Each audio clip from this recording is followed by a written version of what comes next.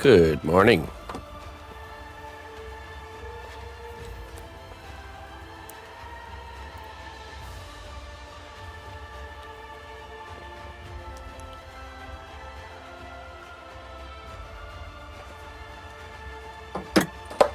Oops.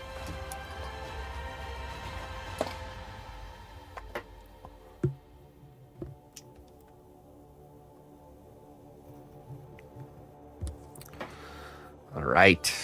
Today we're gonna work on some chess set sculpting.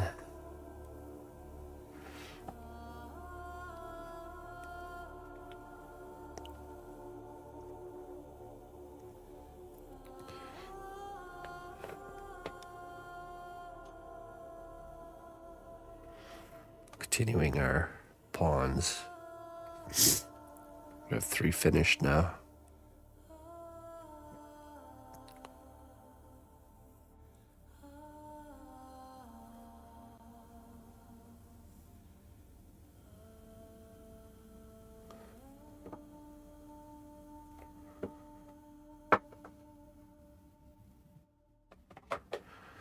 We'll continue with this guy. Probably start another one. Good morning, Mr. Merrick. Yeah, he's got some character to him, doesn't he?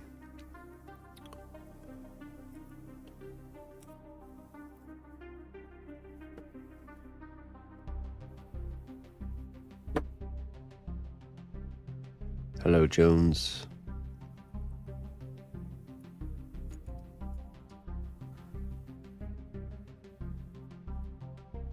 Oh, there you go. Me and Emma took a deep plunge into Planet Coaster. I think that was our first game we played together, Planet Coaster.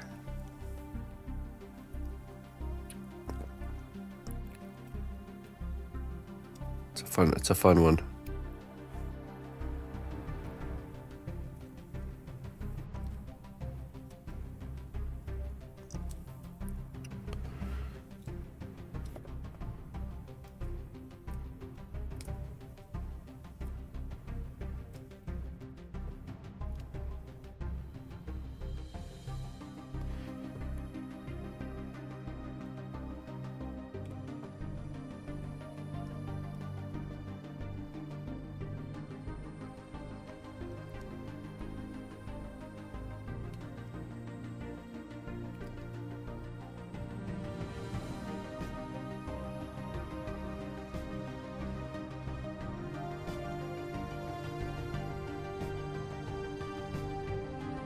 Ah, man, I love that. Once you get the hang of the custom building, I love creating just making your own restaurants and stuff.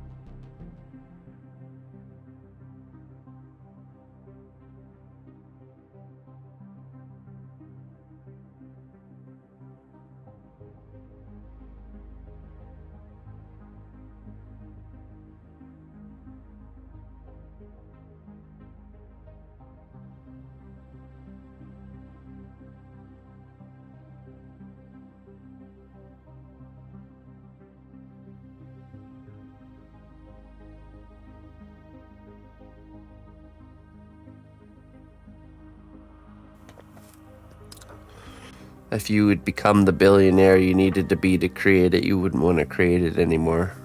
That's the reality. Your priorities in life would have shifted. Be more focused on profits.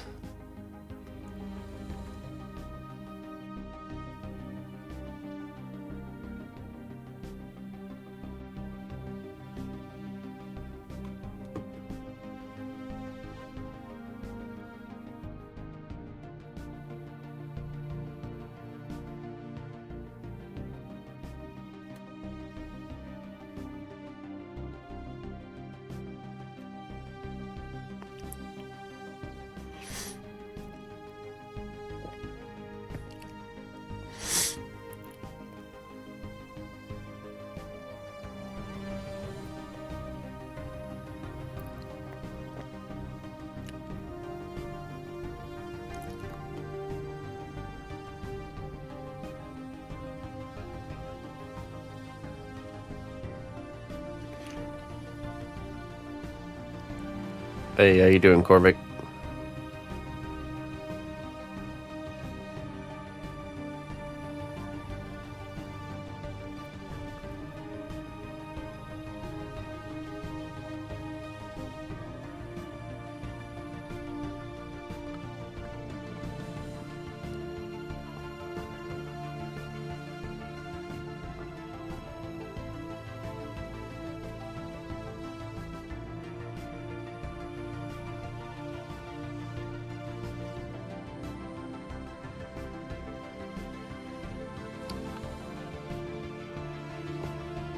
Oh, I do.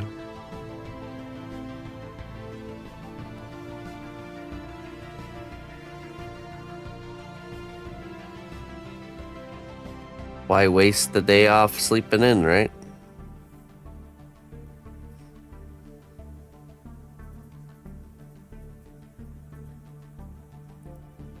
You'll be heading out soon. Where are you going, Corvick?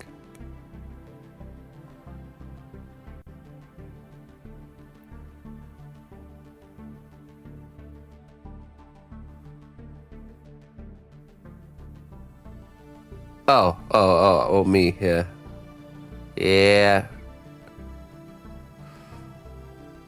Just don't forget about me. Make sure you come back.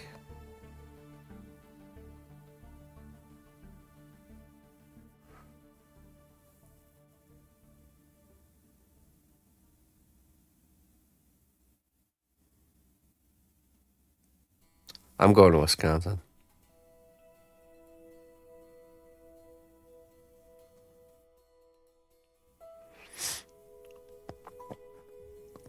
Wisconsin. The mystical land of Wisconsin.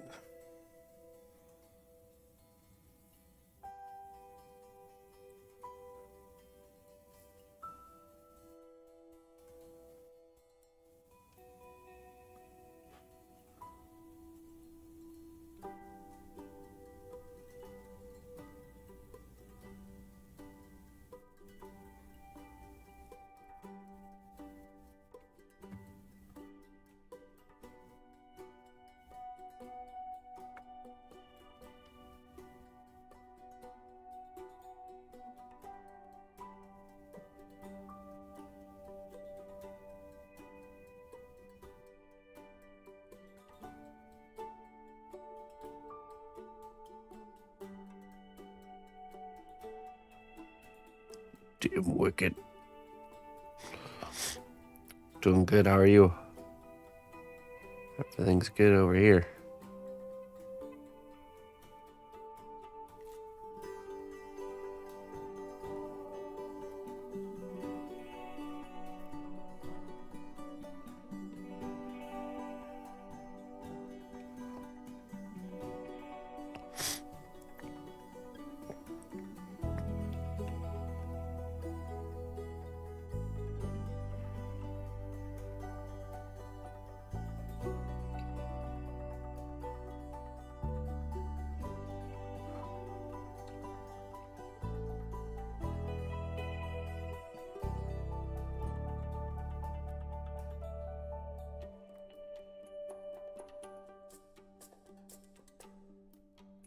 All right.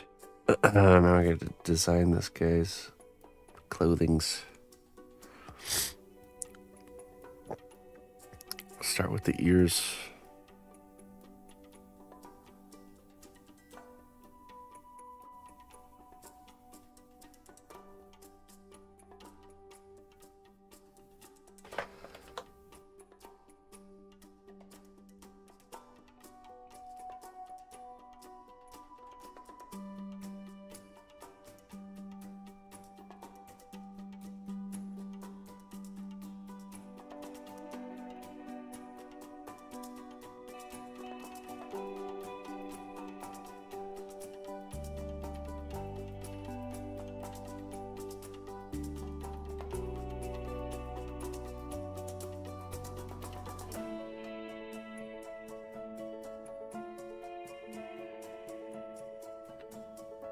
Very true, Clayton. Very true.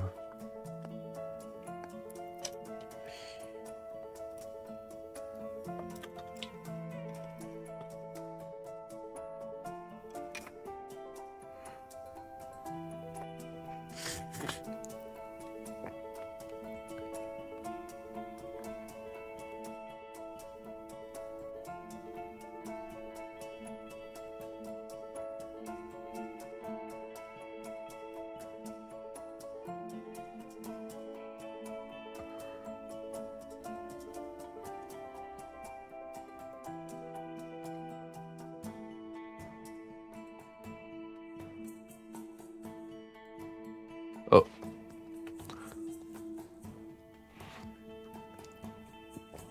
Not easy when you stay up till 2 or 3 a.m. on your interests the night before. That's sure. I can't have both.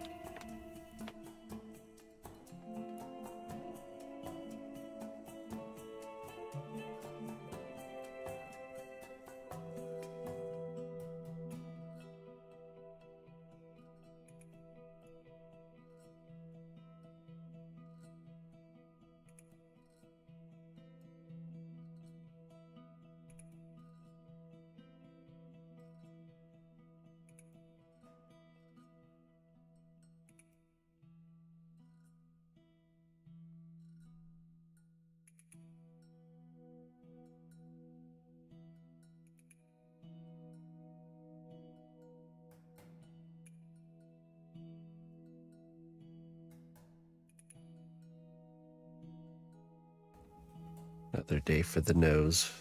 Sorry.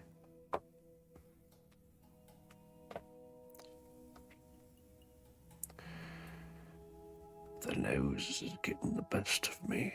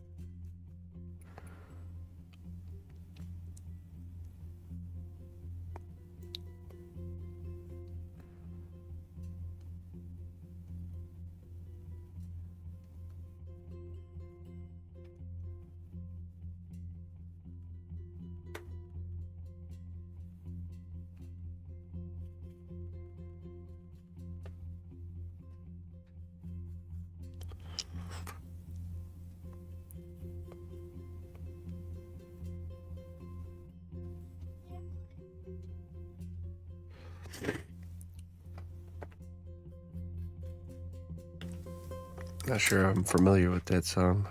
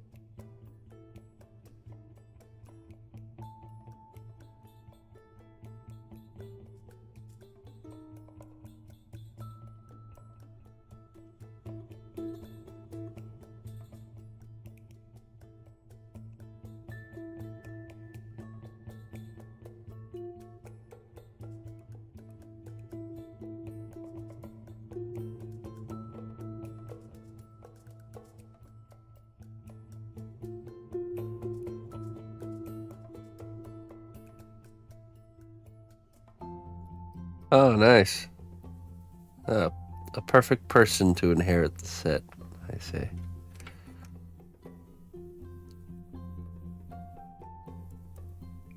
A fellow nerd.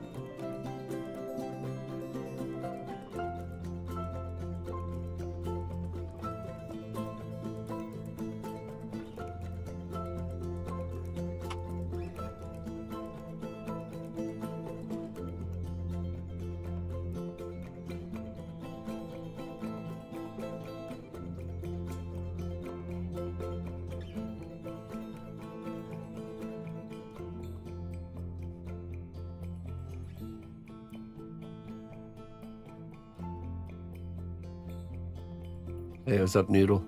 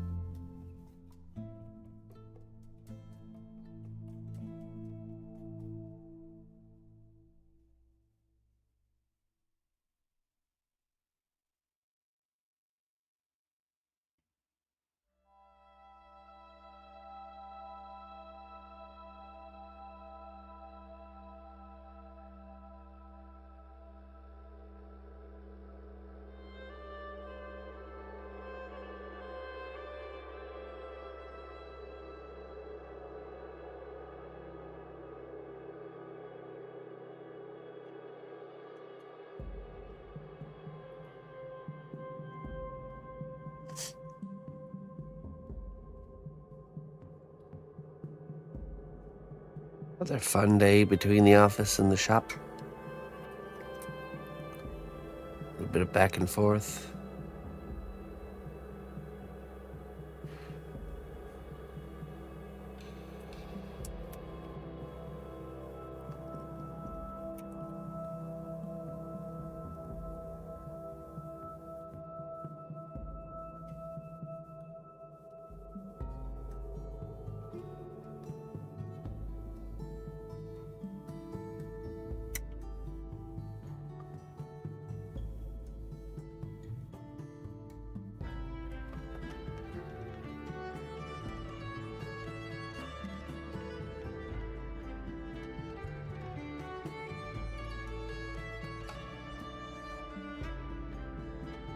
How many chess sets have I made? This is my first one.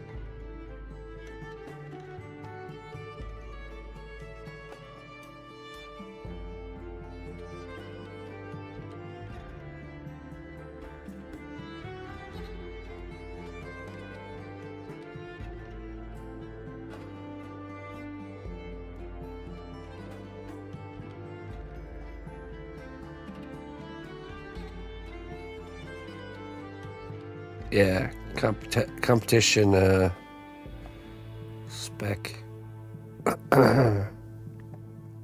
No, it's a showpiece set. Not adhering to any particular sizing.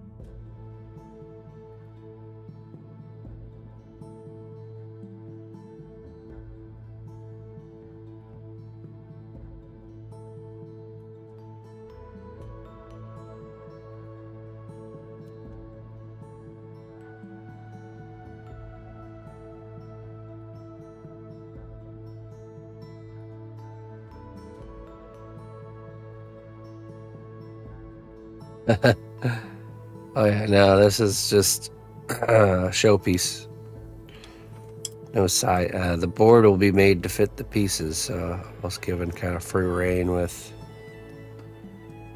not having to worry about sizes.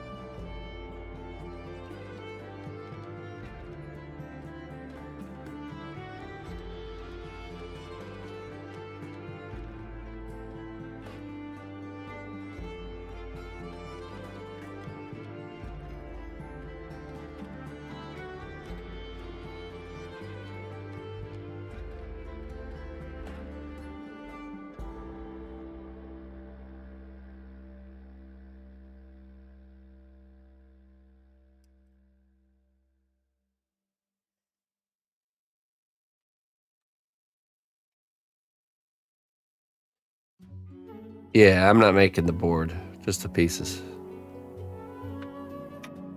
Just the pieces.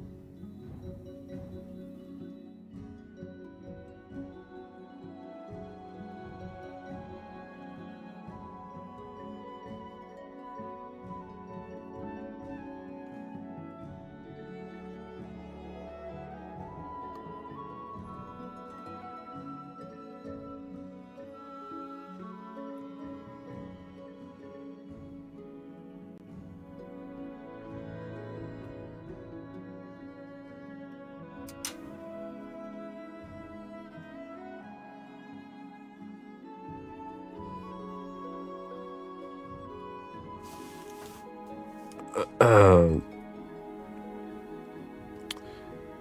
chessboard in the middle of a sculpted dungeon would be pretty sweet. Yeah, I mean, it'd be cool to create a board that's themed, but yeah, I don't know.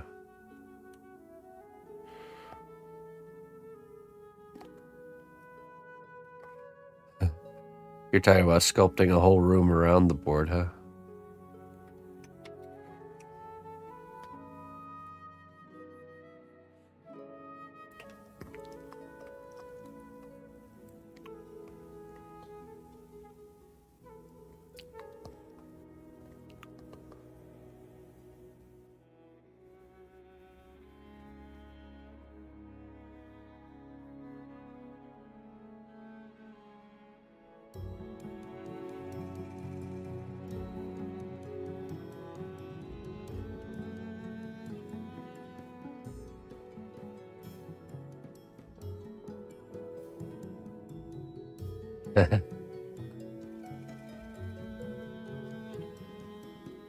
I could see getting, getting a little bit more fancy with like the border around the board.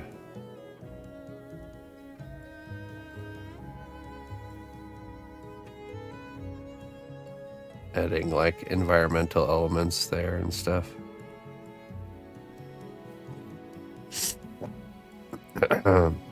Maybe like small, almost like a small glimpse of the two kingdoms, you know?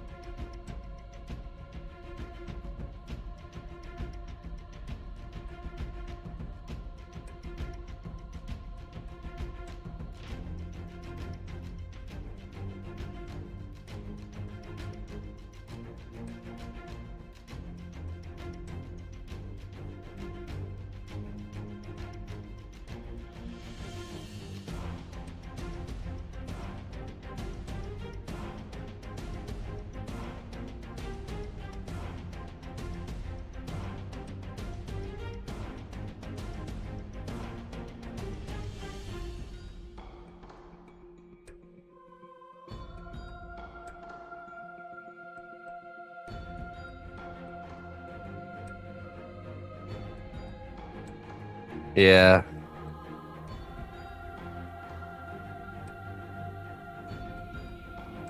Yeah, you wouldn't want a bunch of sculpted stuff in the way on the board.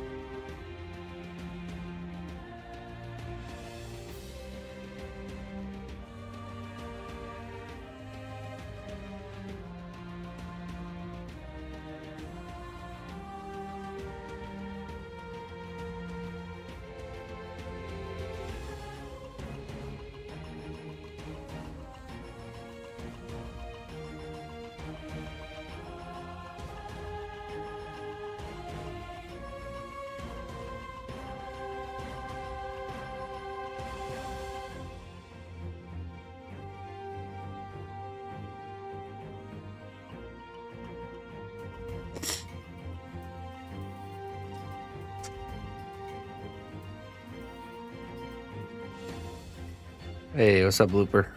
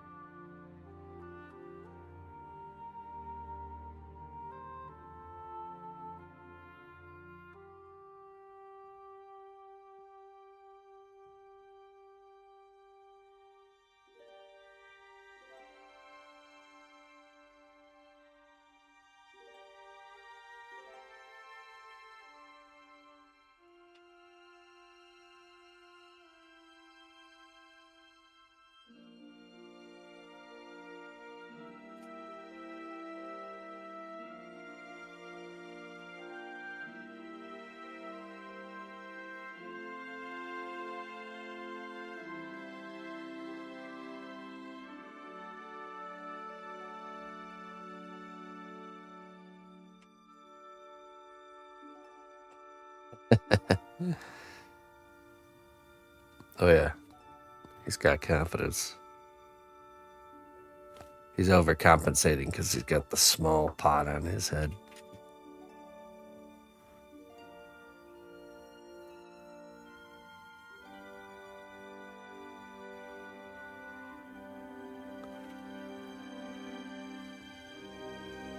All right, let me get some, go get some coffee. I'll be right back.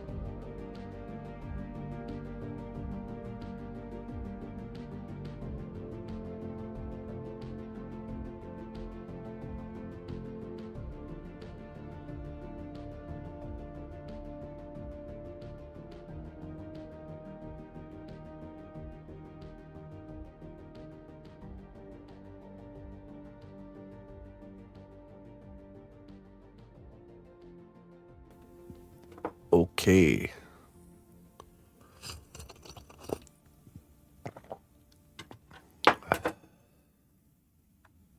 Oh yeah, from Stellaris to Stellaris.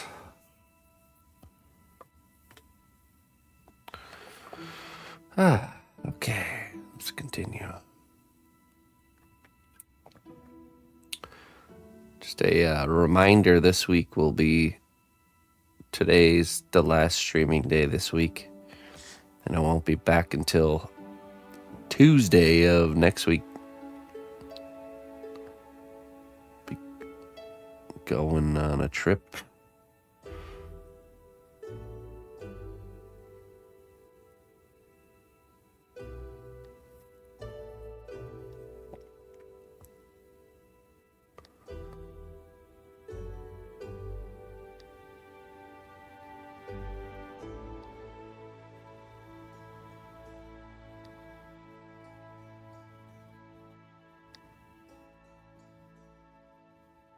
An epic adventure.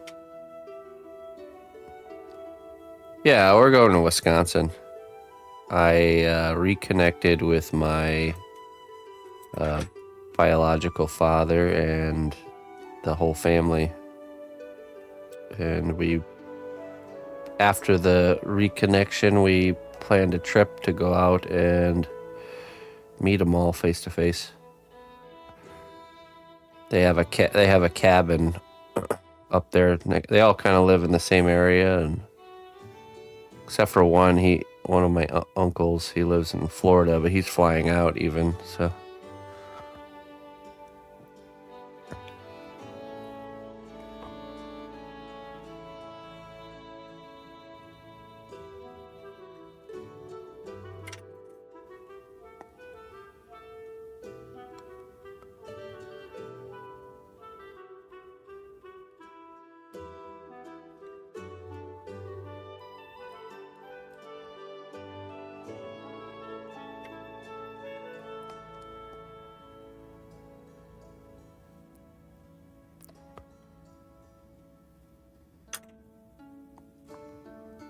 Yeah, I think it'll be good.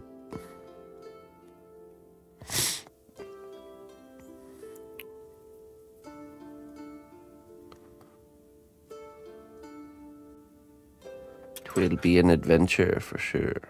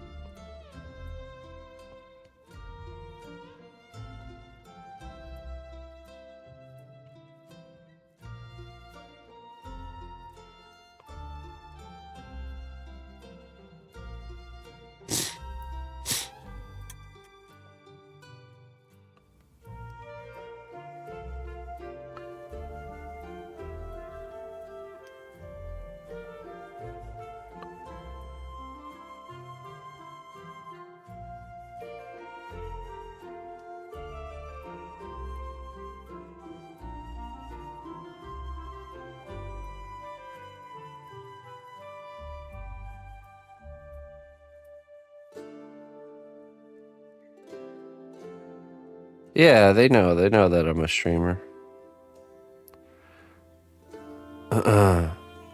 Actually, funny story. My biological dad's wife has a son, and he's a streamer as well. And yeah, he's a full-time Twitch streamer. One of those small world moments.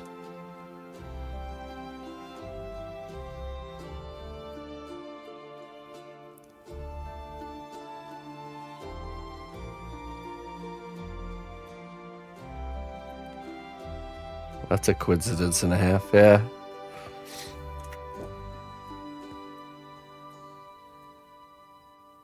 Do they know how important you are? I don't know. Not sure.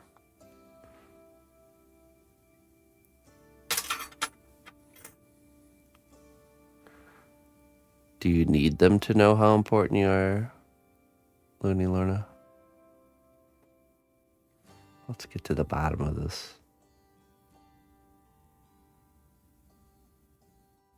Yeah.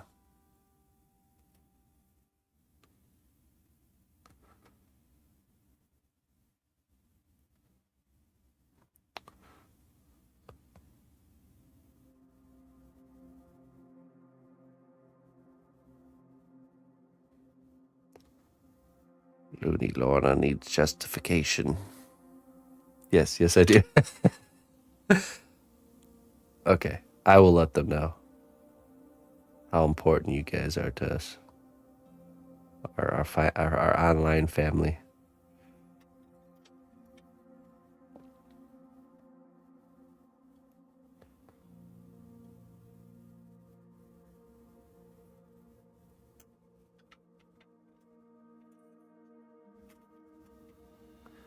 No, it's just me and my older brother.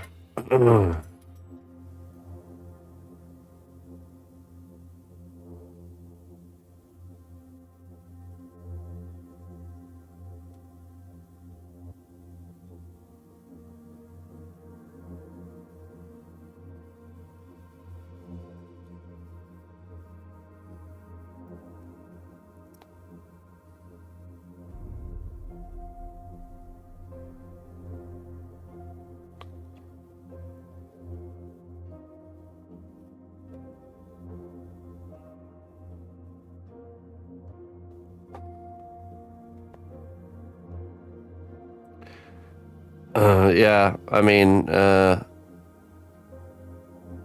basically what kind of sparked all this was I had there was a big drama that kind of happened with my family, which ultimately led to me pretty much being no contact with all of them, except for my younger brother Corey and his wife. And yeah, that kind of strangely led on this trail of reconnecting with my biological father's family.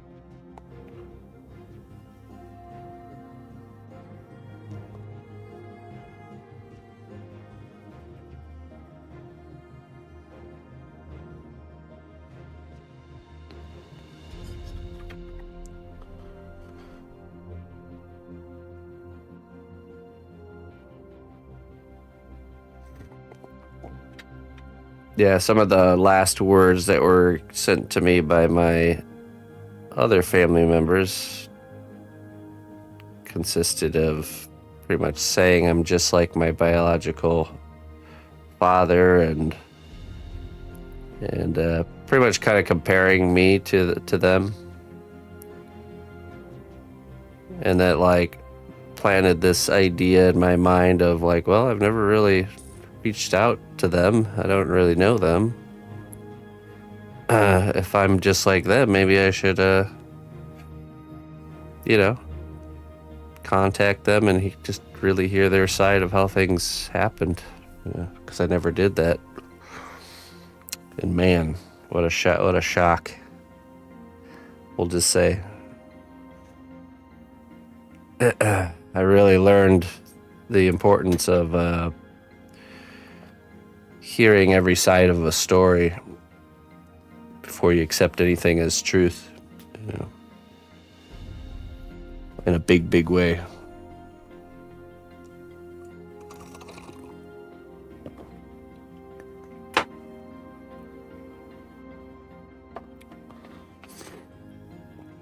A family doesn't eventually have some big drama. Yeah, you know, you see it happen with other families, and you're like, man, there's no way that would happen. But all it takes is the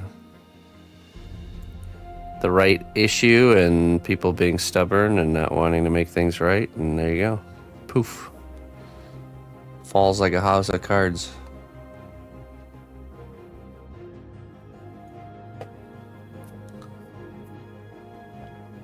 We're there for 4 days. We leave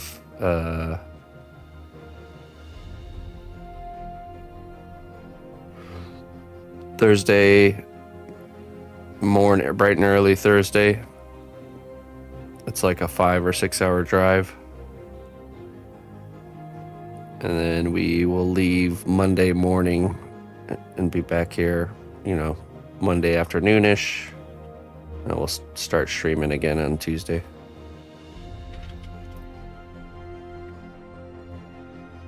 Yeah, through the weekend.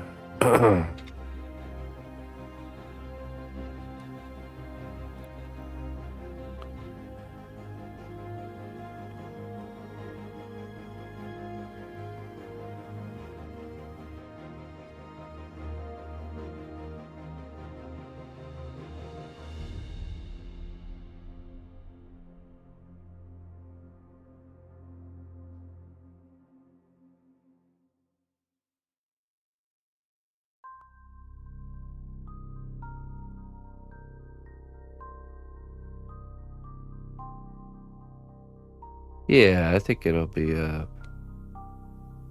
really good. I mean, I've been in contact with them for, it's been like 6 months now.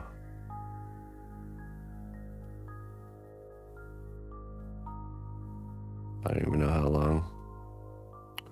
So it'd be nice to see them face to face now.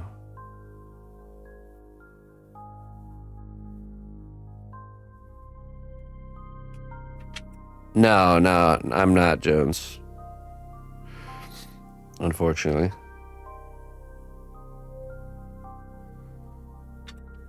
Except for Corey and his new wife, my younger brother Corey.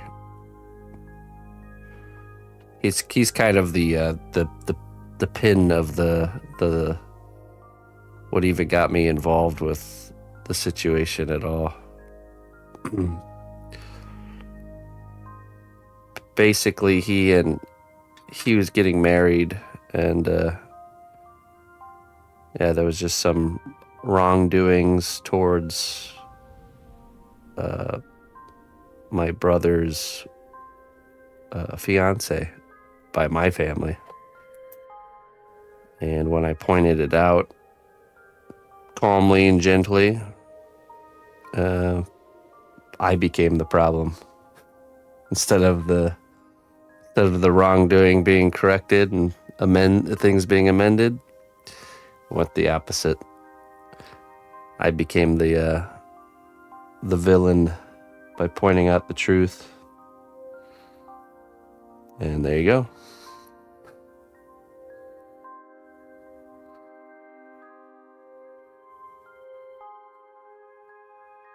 Crumbled pretty quickly. Actually, not even pretty quickly. It was like over the span of probably a year. You know,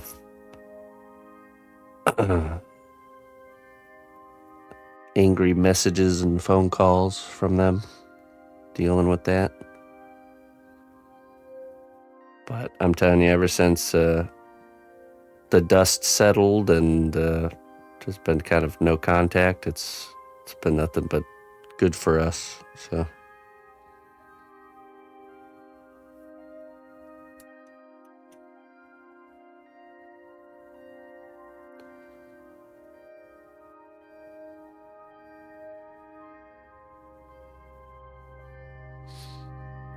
Well, it was one of those situations where, usually past me would just stay out of something like that, like, I don't want to deal with no drama, just kind of stay away from it. But it was just so obviously wrong. And by not saying something, I'd be leaving my younger brother, Corey, out to dry with nobody, defending him. So I had to say something.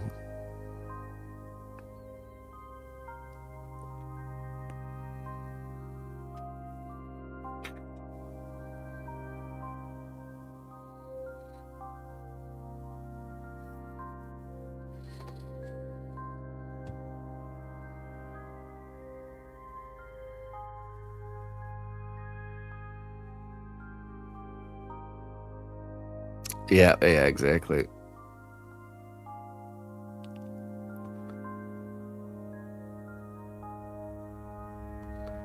It's been a good experience because honestly, it's made me grow quite a bit as a person. You really don't. You grow a lot more when you go through a tough situation like that than if you were to never experience anything like that.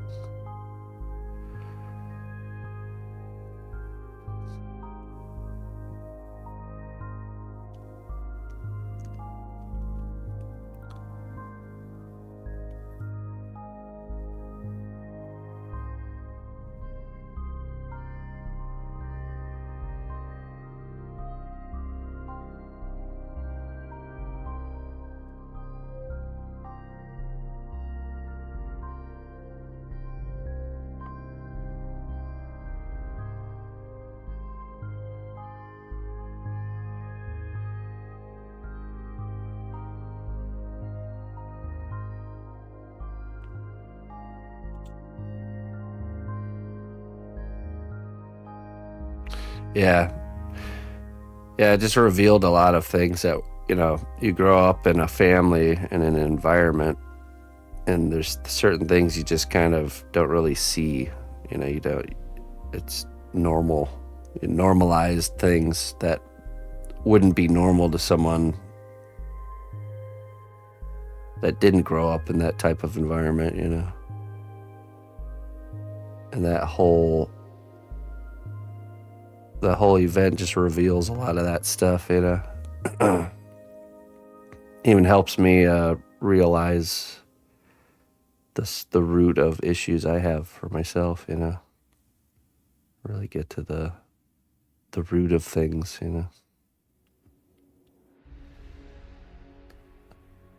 So at the end of the day, it's been a really good experience. Funny to think of it that way, but yeah. Without it, I'd still have certain blinders up.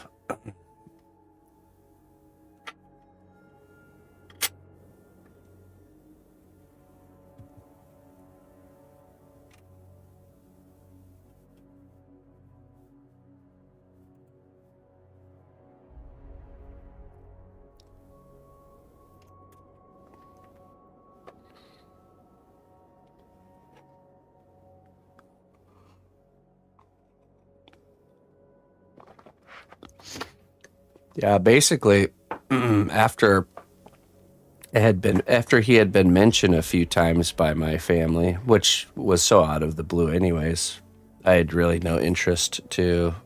I've always known about this detail of my life, that I had a different biological father, but I never had any sort of desire or interest to know anything else. I just figured it's been so long, there's just really no reason to look into it.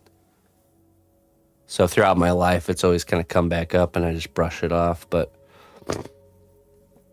at the end of this drama with my family, they brought him up a few times, actually.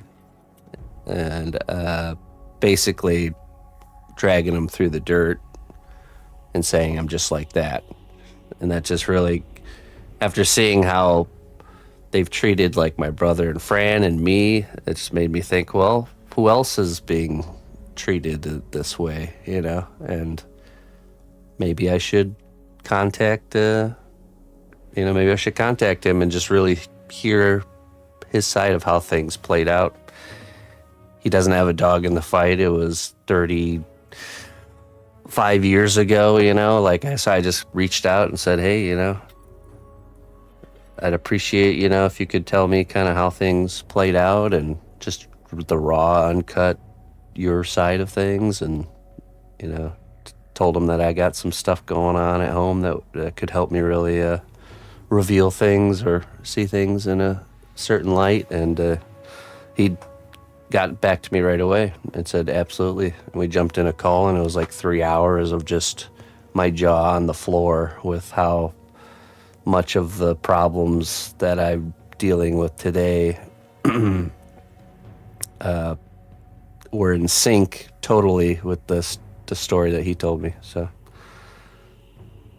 it's like a deep-rooted family issue. Yeah, so it was pretty crazy.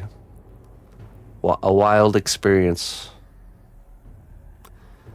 So then, ever since then, he calls me on Sundays usually, and we just chit-chat about life and get to know each other a little bit.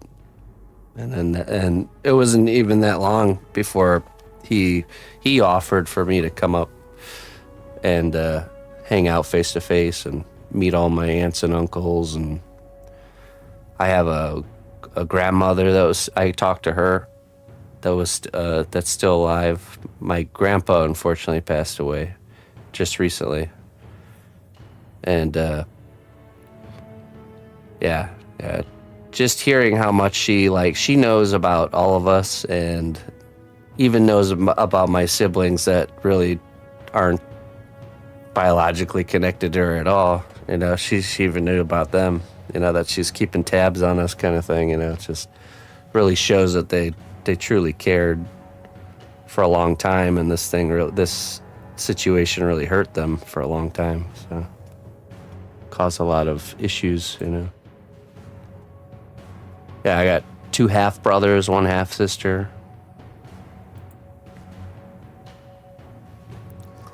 Clean shaven with a crew cut now? Definitely not. So.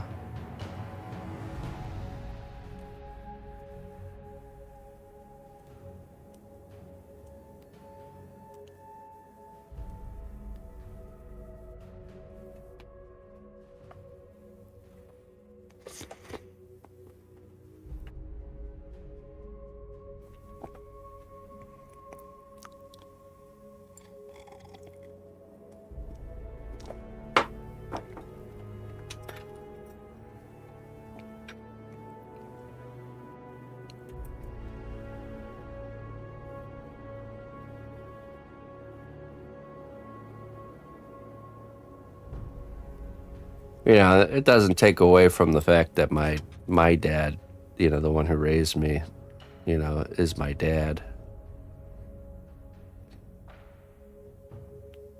I'm definitely still appreciative for all the positives that came from him. And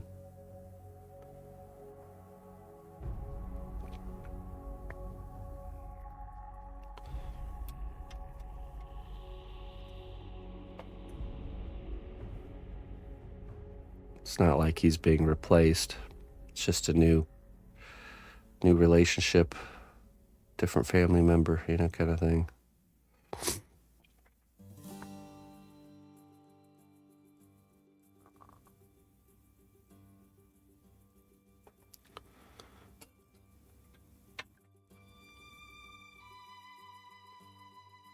Yeah, I always have hope for that Louis Deluxe too, honestly.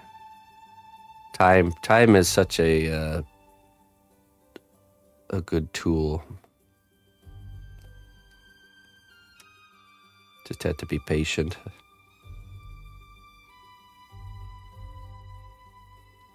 That was my posture from the very beginning, was just trying to resolve things and get everyone back to at peace with one another. But that only works if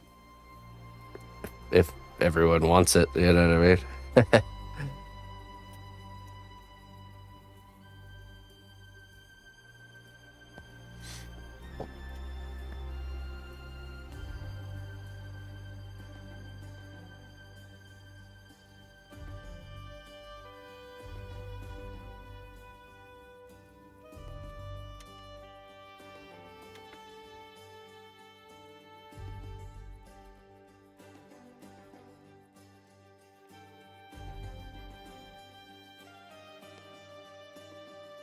I've decided to embrace the Amish life. Goodbye. This will be my last broadcast. Goodbye.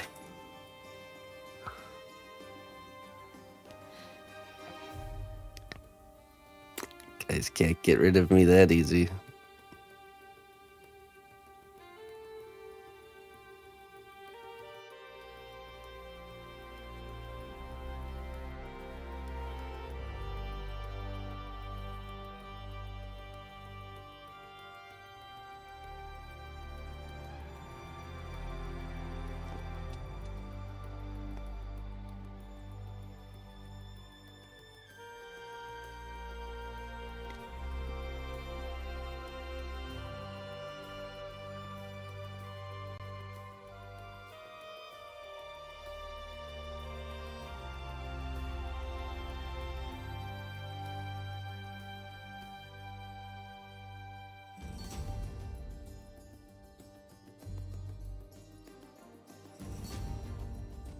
I already got the look down, I know, right?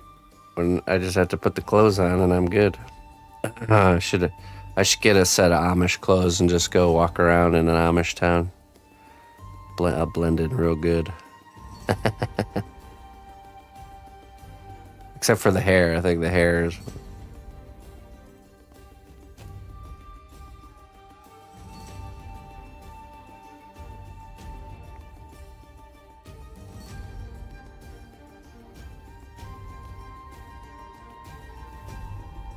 Undercover Amish. We'll start a new YouTube channel. We'll sneak into Amish communities. Get the raw, uncut Amish footage.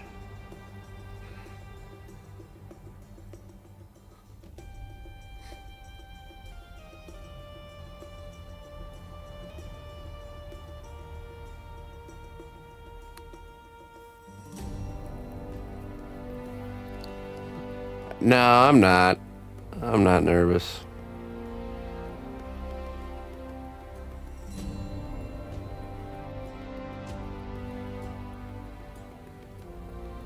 I'm usually not the person to get nervous about things that aren't here yet, you know. I'll probably get the butterflies in my stomach feeling when we're pulling up to the house. That's about it.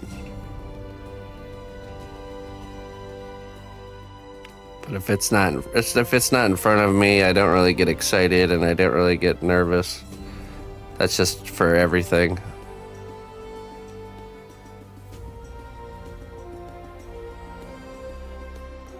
We'll cross that bridge when it comes.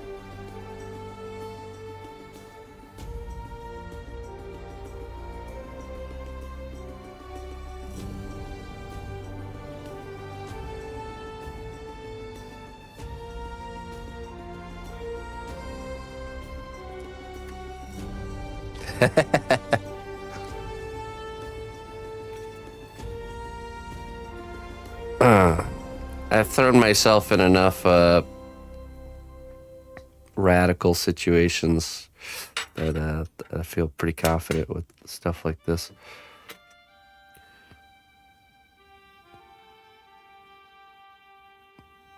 Just remember, I married a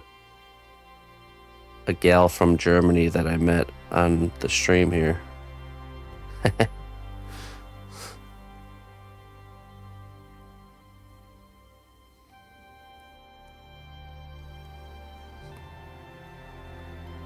I was okay meeting her face to face for the first time, flying all the way out to Germany. I think this will be no problem.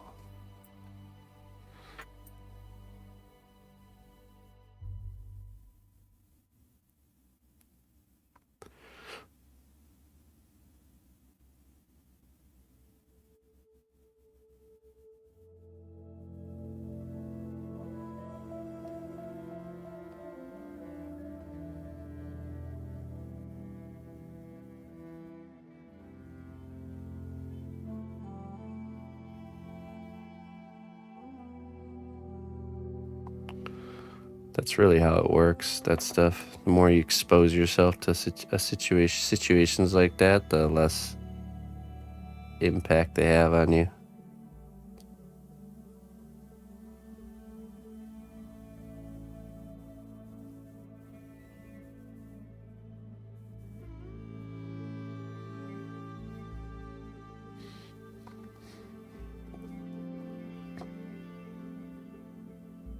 The more you can just enjoy the actual events happening instead of your nerves and emotions ruining the fun. It's no problem for Germans.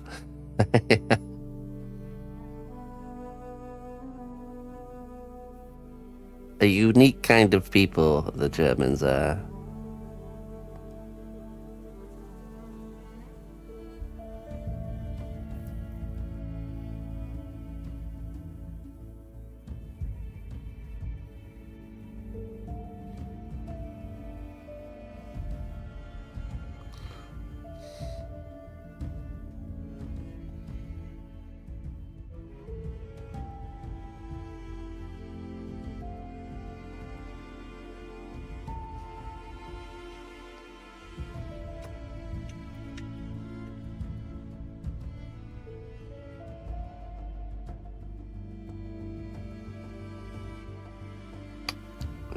Treasure hunter.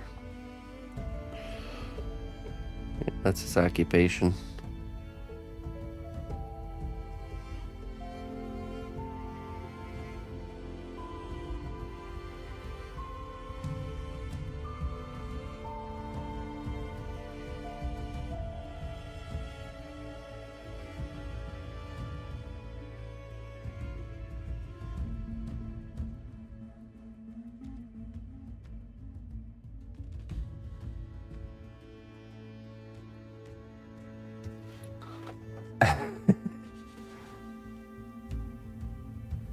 Yeah, he does.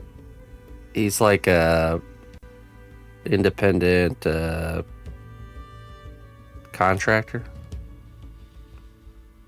He's certified as for certain electrical work, and just does like putting up fences, remodels, stuff like that.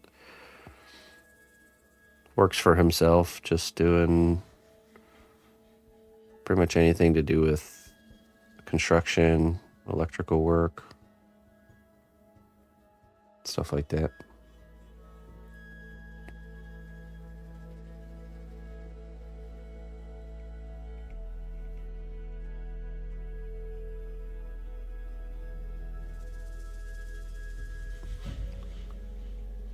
Works with his hands.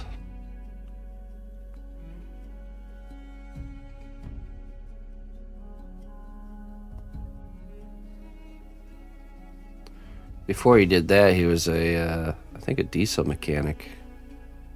Worked on diesel engines.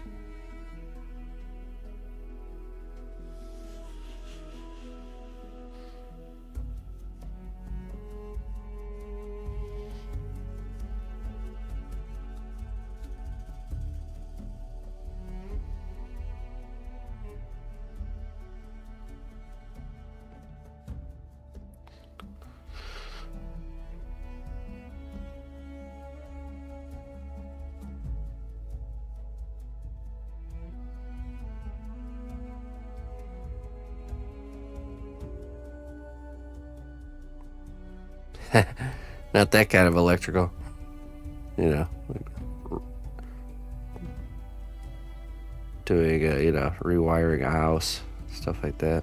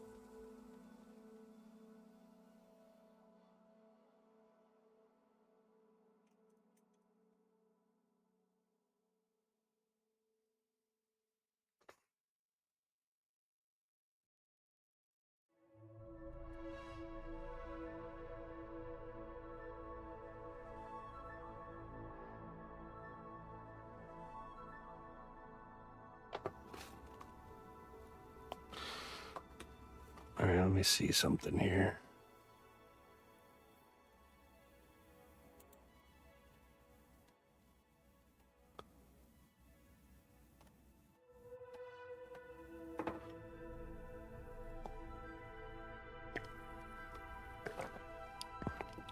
Now, not a mini smoke machine, but like a vape, essentially, like a vaporizer. That would be what I would use. You just probably would have to figure out what device, buying a pre-existing device that would make the vapor, blowing clouds, and then and then you would have to build around that. So vapes can be very small, pretty tiny. It's essentially like a coil that heats up. I'm pretty sure. There was this one device that, let me see if I can find it. In Germany, there was one of the neighbors had us over for dinner, and they had like something that looked like a flame shooting up, but it was really vapor and LED light. It was really cool. I always thought that would be awesome to add into a sculpture, but let me see what it was.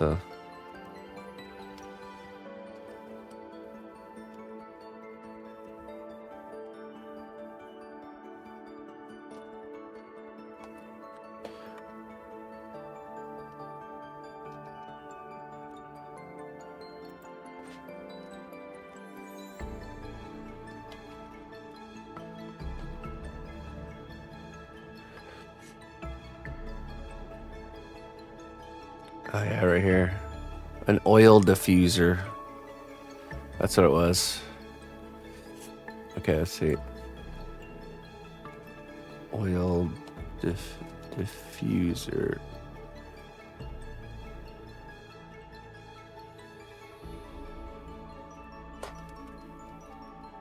Candle. Oh, no, not that.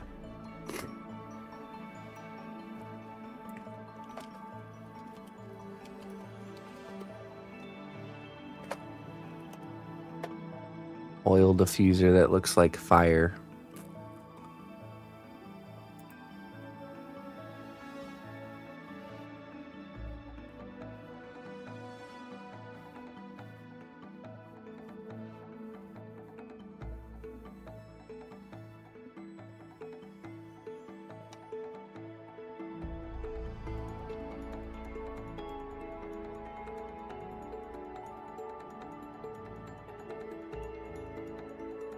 All right, Looper. Hey, we'll catch you later.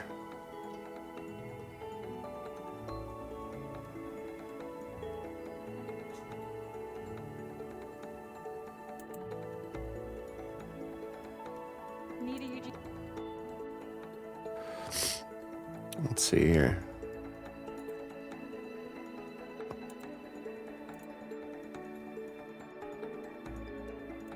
The only thing is, I think you would have to like. It's kind of like one of these, but that's not totally how it was. Let me see. You can get the idea. See how it's got the smoke coming out the top? That's just it's cold. It's like a diffused oil. But the device that does the diffusing is a lot smaller. Oh, there we go. I was thinking that like for our current robot piece, wouldn't it have been cool to like do an oil diffuser somehow inside of it and make that smoke come out of the actual chimney there.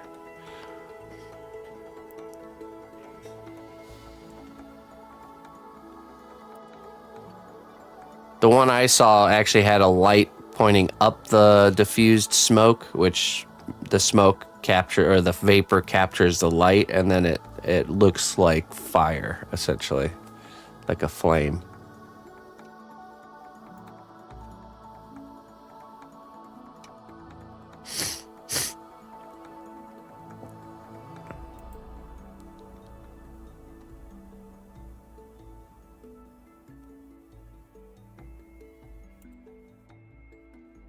but you'd have to like refill it.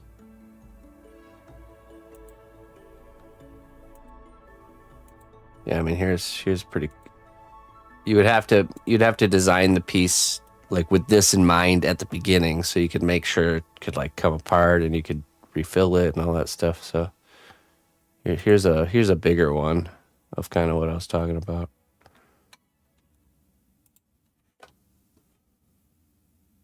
See, and then so you have the LED light kind of shooting up where the vapor is, which makes a really cool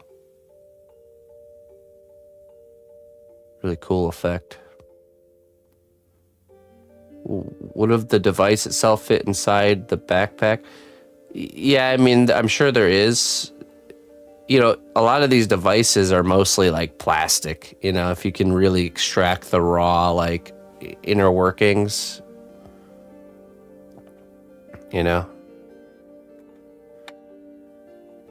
and just get the essential parts. Let's see. How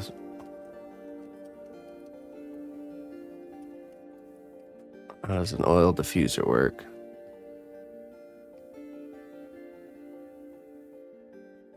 Ultrasonic. Yeah, okay, yeah, there's ultrasonic diffusers, which it's a small electronic disc inside the diffuser vibrates at a high frequency, causing ultrasonic waves.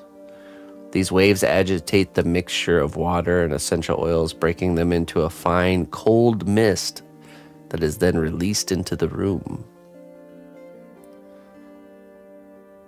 In Germany, we call it tea light or Stoffchen.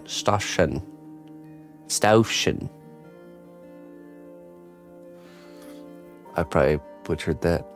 I think the ultrasonic one is the one I've seen, which would be better because it doesn't produce heat. And then another diffuser would be nebulizing diffusers.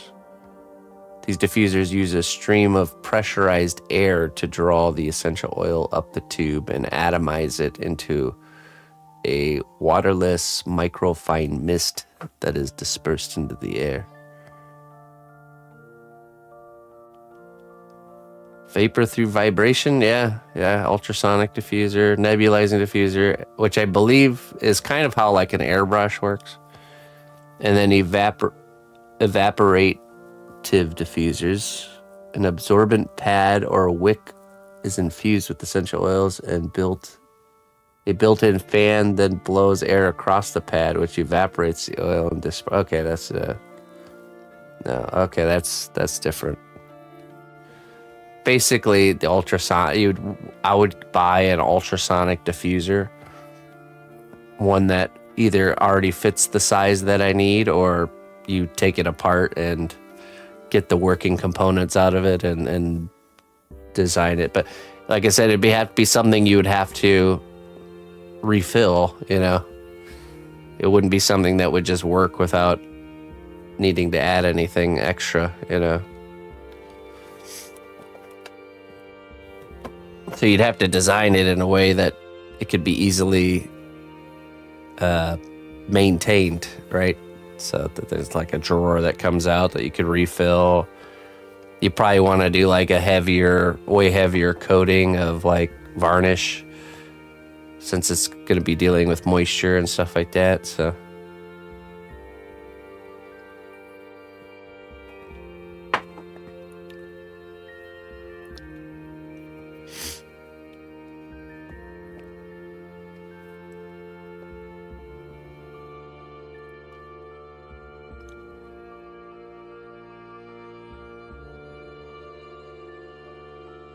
you just slap some aluminum tape on it and call it a day, Corvic. Come on. That's basic stuff.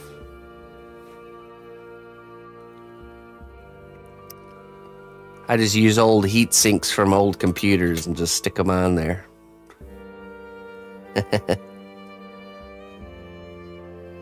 What more do you need?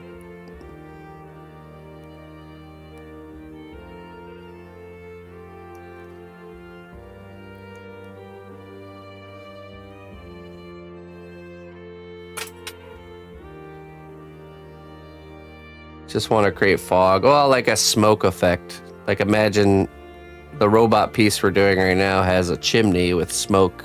Like we're gonna do a physical smoke effect, but if you would plan it, you could actually have real smoke, or like nebulized. So you combine that with the whole essential oils thing, and then you have like a functional art.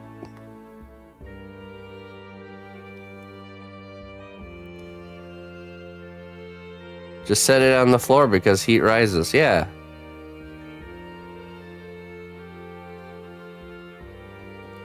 They have foggers for fountains if that works. Yeah, it's the same technology of vibrate. It's a little device that you plunge into the water that vibrates to kind of atomize the water. I've actually bought the missus bought some of those. We were gonna use them for certain things, but that didn't quite work out how we wanted. But I have used them and they do work. It's like a little device with a cord, and you just plunge it in the water and then it vibrates to turn the water into vapor. If it's just for a video, yeah, we use dry ice for videos. No, this would be something that would be more perpetual. That's why you'd want, I'll design a sculpture for a client and say, all right, now you just need to go to the store every day and buy dry ice and refill it.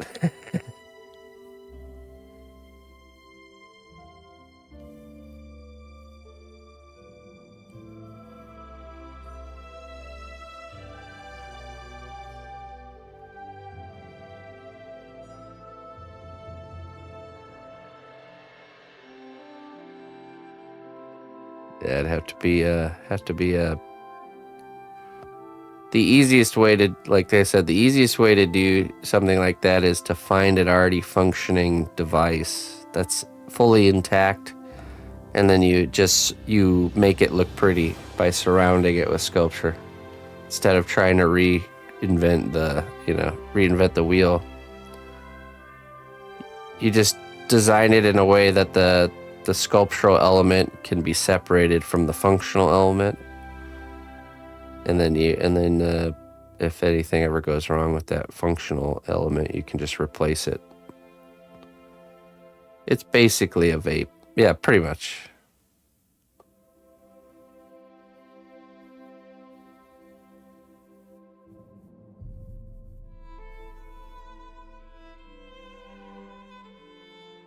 It's a sculpture and a room humidifier. I'm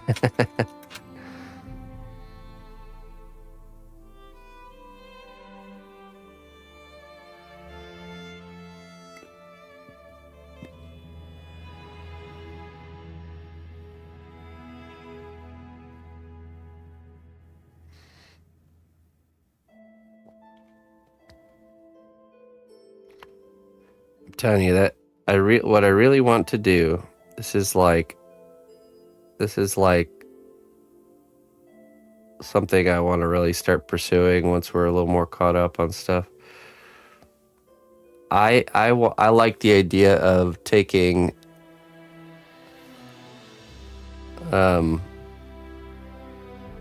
like imagine creating a desk-sized animatronics display, like the Chuck E. Cheese rock and roll, song and dance that they would do. But something that would be shelf or desk sized, highly detailed. But, you push a button and it plays a whole sequence, I don't think I've ever seen anybody do anything like that. That's something I want to start looking into and doing.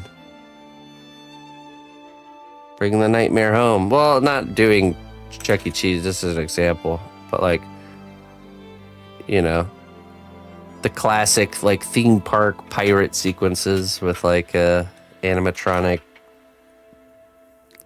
some sort of store, maybe we could start with just taking like fairy tale stories from Grimm, Brothers Grimm, and we just create a mechanized sequence for that story, you know.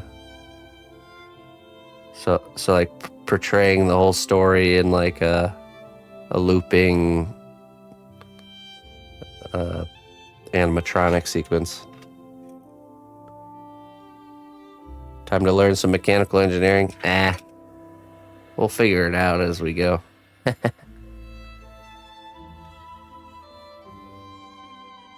A blood fountain. I've read a lot of the Grimm fairy tales. I don't think I remember any blood.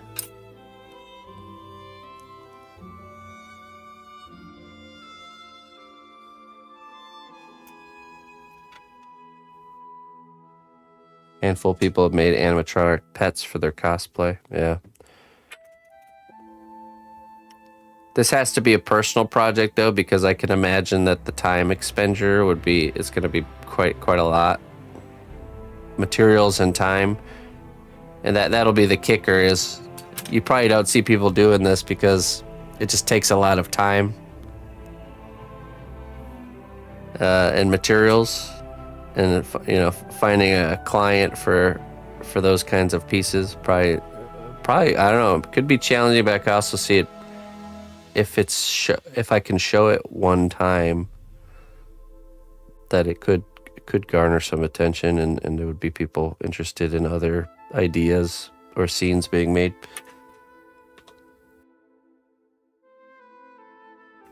All the best ideas start with, wouldn't it be cool if blank?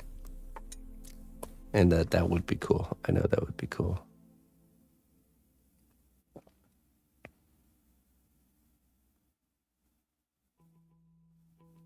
Okay, sure, yeah. Yeah, I know the quickest way to learn is from others. I believe the platform or the format would be Arduino, I think is what it's called. Which I believe is like a programmable board that you could essentially hook up all the mechanical components to, like the little motors and stuff like that. My grandpa used to take us to this place called the Science Store, or at least that's what we called it. And it was like one of these little mom and pop shops that sold like all kinds of like just little motors, little mechanical electronic pieces. They had a bunch of other cool stuff too, but yeah, I used to love going there and just looking at all. I think this store might even still be around. Maybe I have to go back to my roots, find the shop and go to it and buy some little motors and things. I think the best approach would be to maybe start with a simpler animation of some sort, like a character waving or something, you know, and then we kind of evolve from there. Or maybe a full walking animation would be a good start.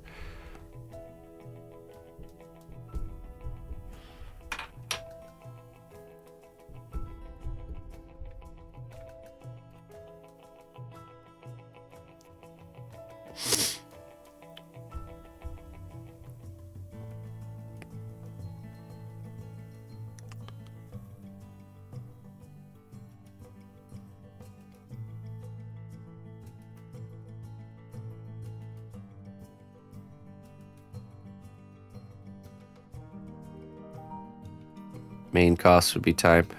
Yeah, I don't know. Yeah, I mean, I don't know how much materials would cost for something like that. And then combining that with the sculpting, you know, designing the characters to articulate or move.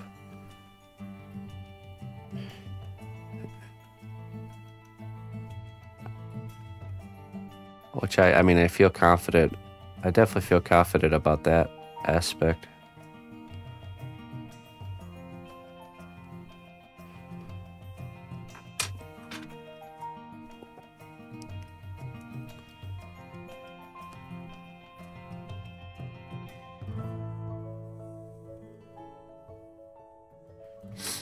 I need to get like research funding, just like professors at colleges do. They're trying to fund their own research. I need research, arts research funding. Become the mad scientist of the creative world, the sculpture world.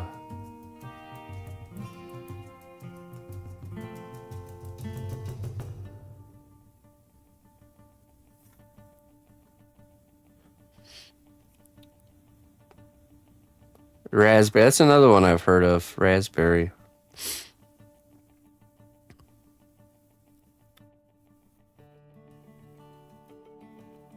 Okay. Well, I'll check out. I'll have to look into that. Bane breaking Batman over and over. Oh my goodness. That'd be perfect. Just like just that sequence over and over again.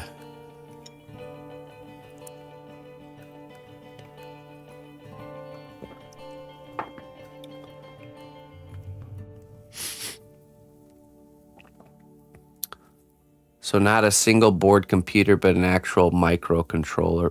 Is it more of like it's more of like a hardware instead of a software control? Is that how that works?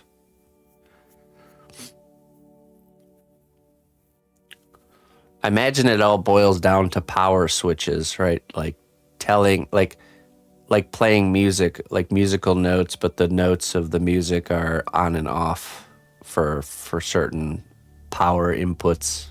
Like turn this motor on, okay, turn this motor off, and turn this one on. You know, but like the timing and the spacing, like setting all that up. I imagine that's how it's something like that. Where you'd have your articulated figure, you'd have the motors and set up to move it the way you want it to move, and then you just simply need something to program to turn the switches on and off at the different timings.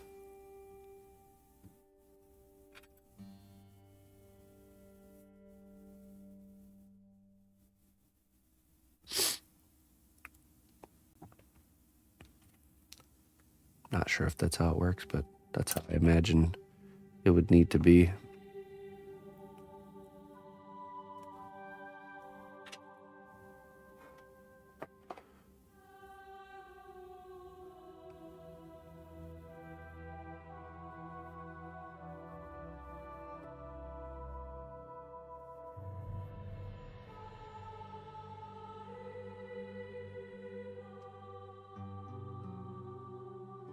Let's make this guy's belt like a rope belt.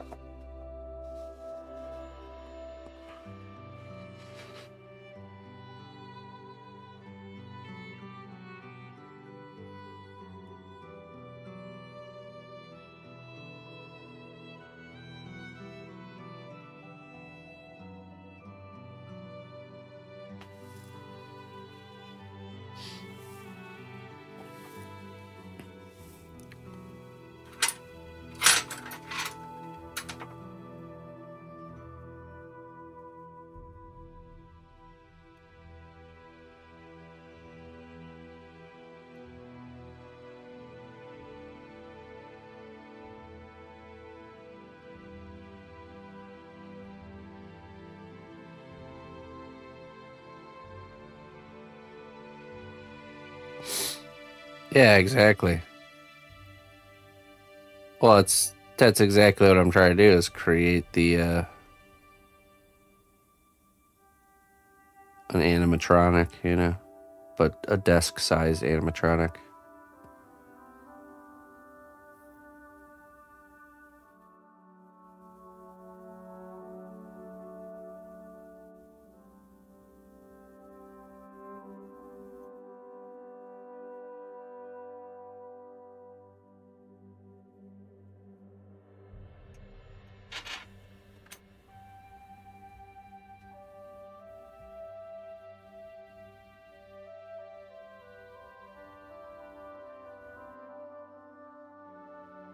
Okay.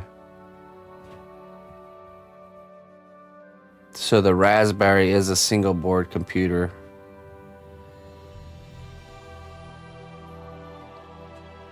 I see. Okay. No need to add all this extra features that are not even going to be used.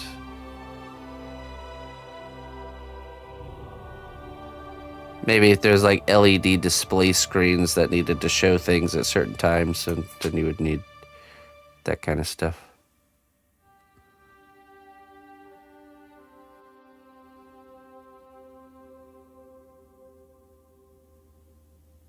Or what? Yeah, what do people even use those for? I wonder. Man, I got a nice YouTube rabbit hole to go down later. Once my curiosity on stuff like this gets piqued, I just can't stop looking into it. I get a very single targeted hyper focused mindset with certain things like this. That's how gardening started for me too. Just like binging endless gardening videos and reading about gardening things and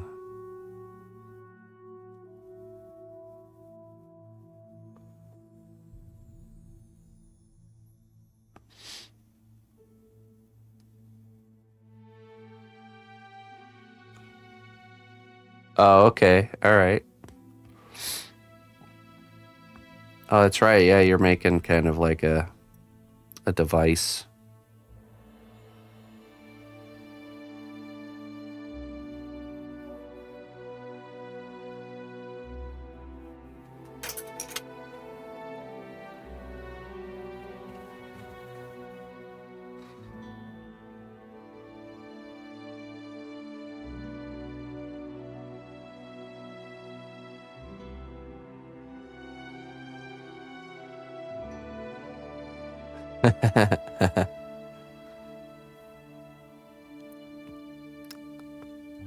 I'm your single target focus binged rabbit hole for now there, Clayton. For now. See, I gotta elevate the next thing so I don't lose Clayton. That's really the thing. He's gonna get bored and move on to like playing instruments or something. Play learning circular breathing to play the didgeridoo or something like that. We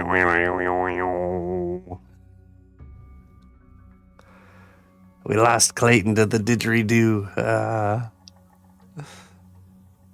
Couldn't keep him entertained.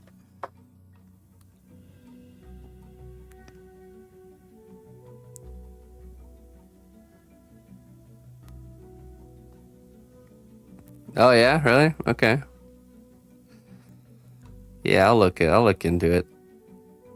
I'm one of those people, before I buy anything, I'll just like research something quite extensively before I even purchase anything. Look at a lot of comparing and contrasting videos and get a few opinions and then make my choice. It can be quite frustrating if you want to buy something quick because yeah, my father-in-law is very much like that too. But let's just say the missus can get quite frustrating when we're trying to pick something to buy for like, you know, like especially a device of some sort. It's like I want to research the heck out of it and make sure it's the prime choice, you know. but it pays off because, like, for example, we have a countertop dishwasher because the house we're in doesn't have a dishwasher. So I went digging for that, the best choice for the countertop dishwasher, and it has not let us down. It's been tried and true.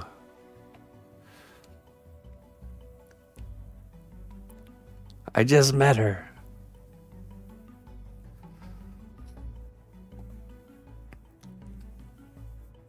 Yeah, right.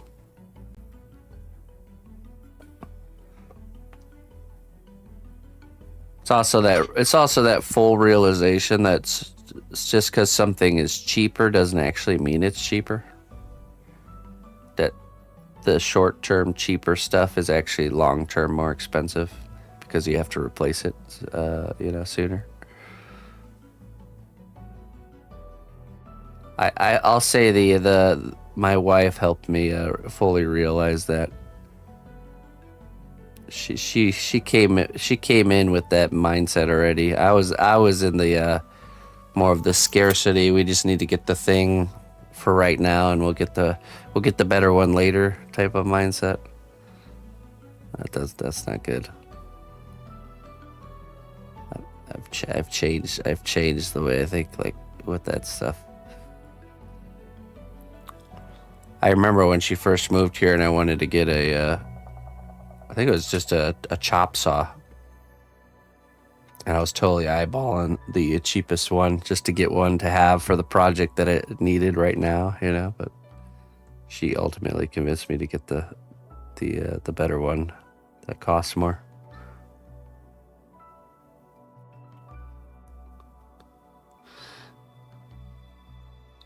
What's a countertop dishwasher for? It's a dishwasher that just sits on your countertop. It's like a countertop appliance. It's pretty big, takes up the whole counter space. You put water in the top. You open the door like an oven. It's just and it's a dishwasher.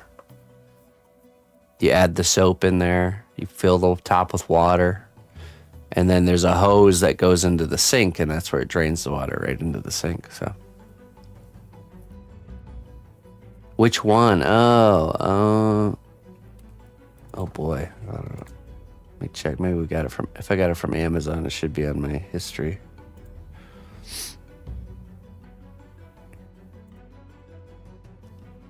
Dishwasher.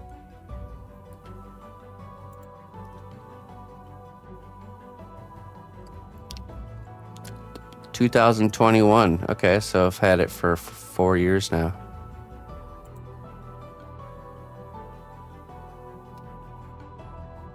I don't know if it's available though. Currently unavailable. Bummer. I mean, I'll still link it to you because maybe you could find it somewhere else. But let's see.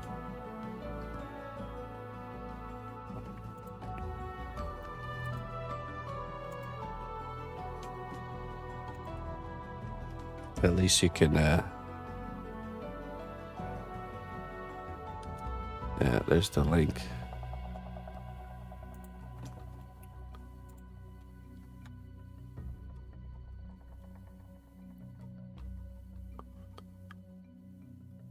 Yeah, it does a good job.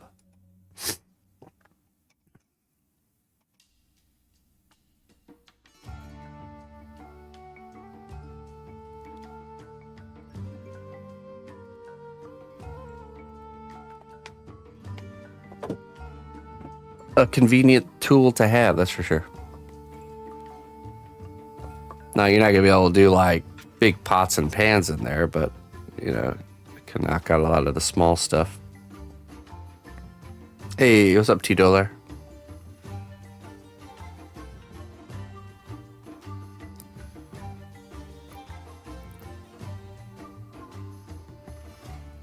I don't really use it. I wash dishes by hand. In the morning, I do the dishes, but throughout the day, the missus is always filling and emptying that thing.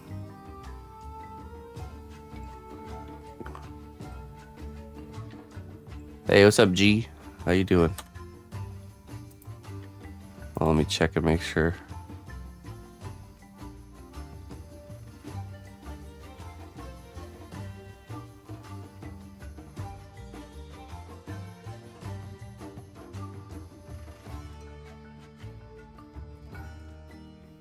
A stein or a horn? A horn is inconvenient because you can't set it down on the table. I'll choose the cup. A nice stone cup. Or a good tall, Hefeweißbier glass.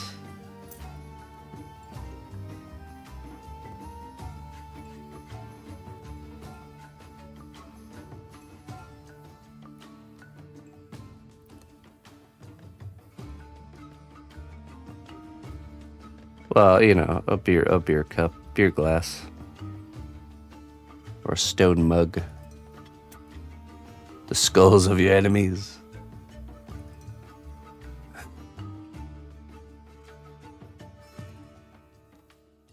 Drinking horn just a character grasping the horn, and you can just sit down. Sure.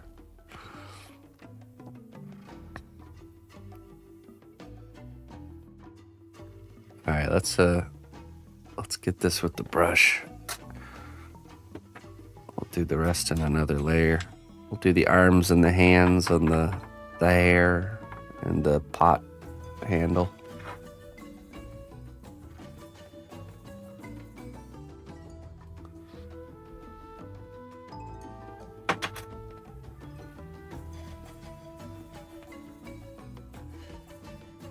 Nice, Jones.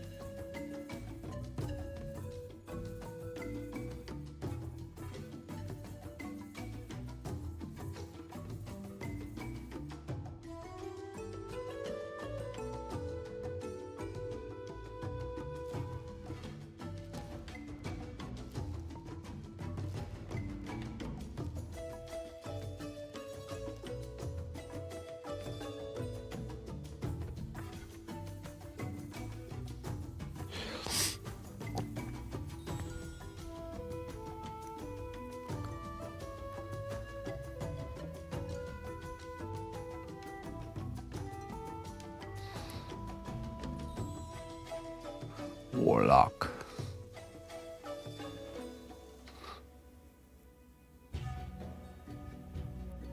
Affliction Spect, Warlock.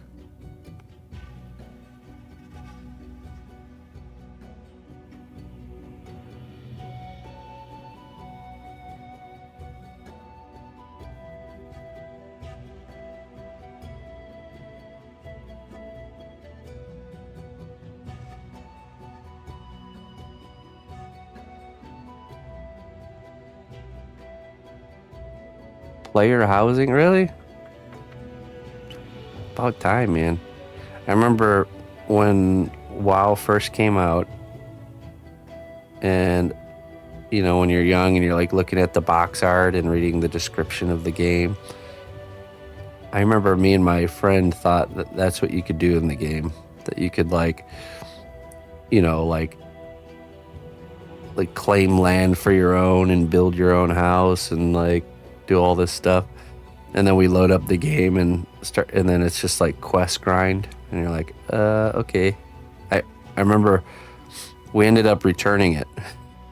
We bought vanilla WoW and played it for like a couple days, and then we're like, nah, and we returned the game.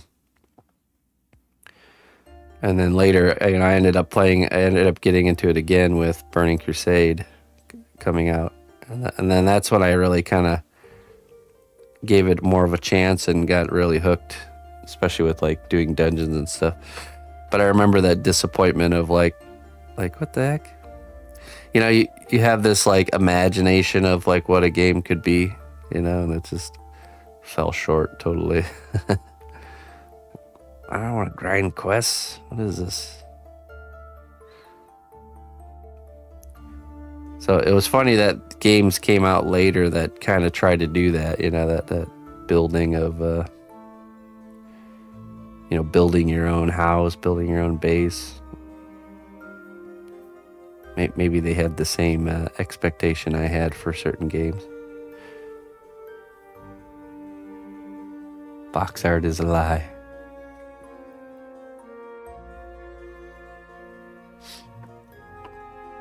Back before Steam, when the only place to go get games was at a store. You had to go and like browse the game category. There was a little section of PC games next to all the books and stuff.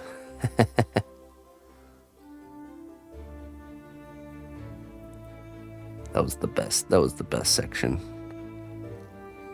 I always remember, I don't know if you guys had this problem, but all the cool games and everything I wanted to get and play, the computer that I always had at the time was never able to handle it.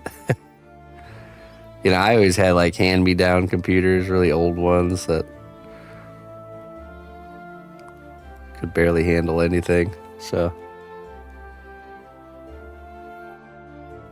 it was always a disappointment. And I always remember when I actually got my first like gaming PC that I built, you know, finally the chains of not being able to play certain things have been broken.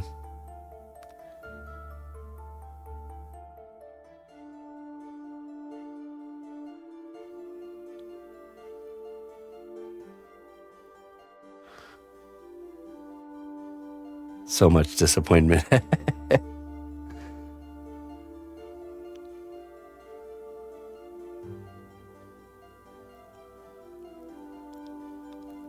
Yeah, many of games purchased and not been able to play, or desperately trying to get them to work just to have your system like crash over and over and over again. The forbidden fruit is the tastiest, I tell you. It makes it more special. If you didn't have such a hard time to get to playing that game, you wouldn't have enjoyed it as much.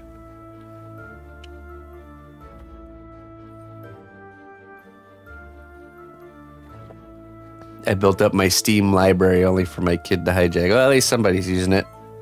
Me and Emma have been, our weekend ritual has been playing through games, you know, like story games together.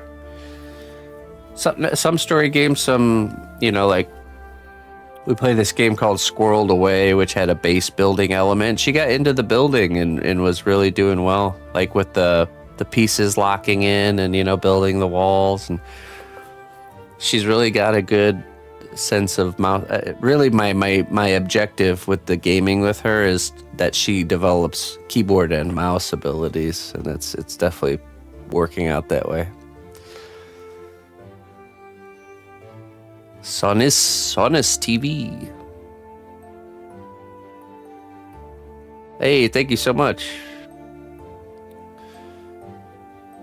Yeah, there you go. We'll keep drawing. Keep practicing, keep trying to grow, trying to get better, trying to stop your stubbornnesses from getting in the way. I tell you what, man, we are our own worst enemy when it comes to learning things, it's that wanting to avoid the hard thing, the seeking comfort side of ourselves that stops us from truly growing as fast as we can. Don't let your stubbornnesses get in the way. Embrace the discomfort of learning and being bad at things, and you shall become great.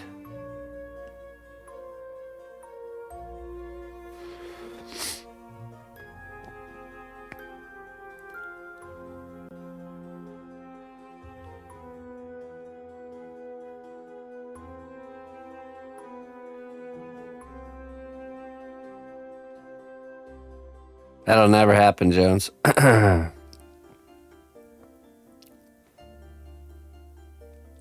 will train hard to make sure that never happens. My younger brother was never able to best me. This shall be the same. Or I shall strategically choose what game we play together.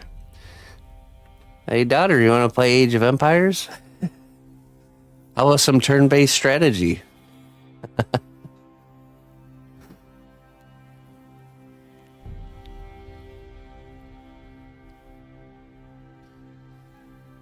Yeah, well, my objective is to get her ready for keyboard and mouse usage so we can all play. Like, my idea is that we'll all play. Me, the missus, and her will play our own like Minecraft server. You know, I think that would be awesome. I played Minecraft from the very beginning. You know, when it was still in beta, so it'd be fun to go back into it and like kind of like re-experience the that, but with her. You know. Have you tried Endless Legend? Love that game. I have, yeah. I got into it a little bit. It didn't keep me long term though. But yeah, I did get into that one.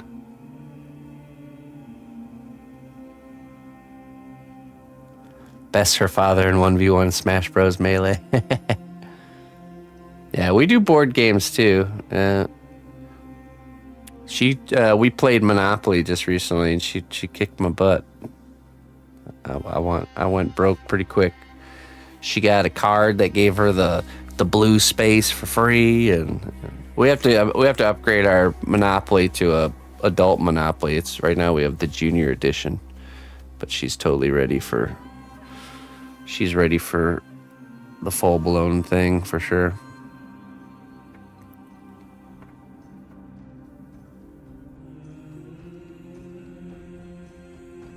All right, I think this is ready to be baked. So we'll sculpt the arms and the hands and the hair and any other accessories after it gets cooked. Does adult Monopoly have the red light? Oh my goodness, get out of here. Not that kind. I just have to pick a themed Monopoly set, not just boring normal Monopoly. We have to pick out a theme. There's so many themed sets now. Like our junior Monopoly is unicorn Monopoly, of course. So I don't exist after dark, T-Dollar. I cease to exist from this plane. I refuse to be part of it. I just phase out as the sun goes down, and then when the sun comes up, I phase back into reality.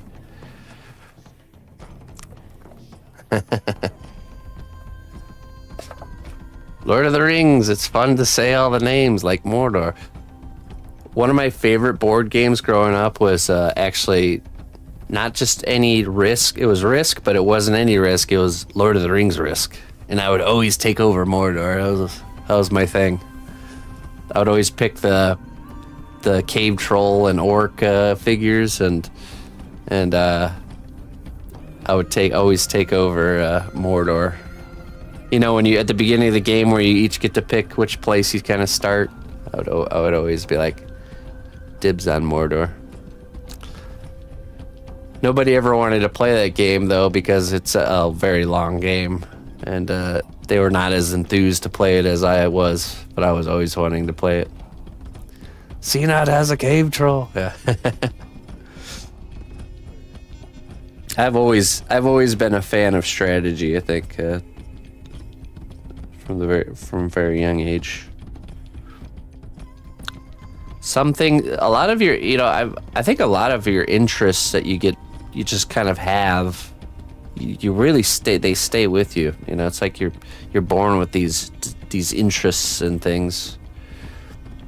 And really, it's up to you if you want to pursue those and grow those things, you know.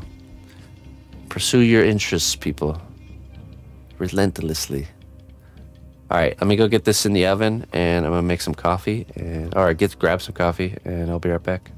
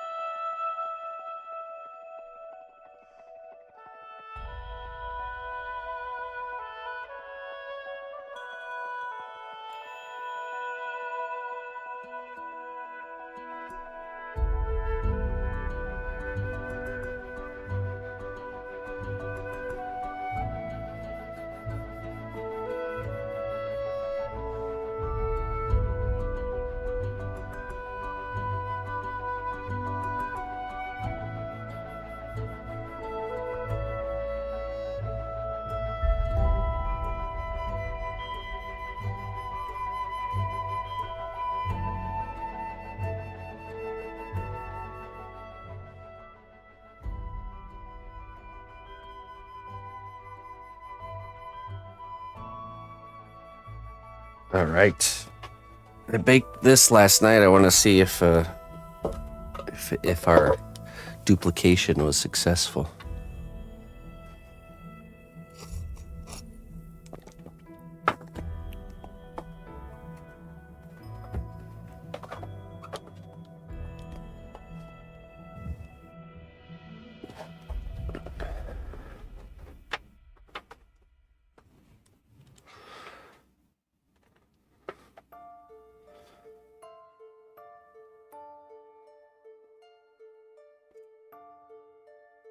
Hey, what's up, Luna?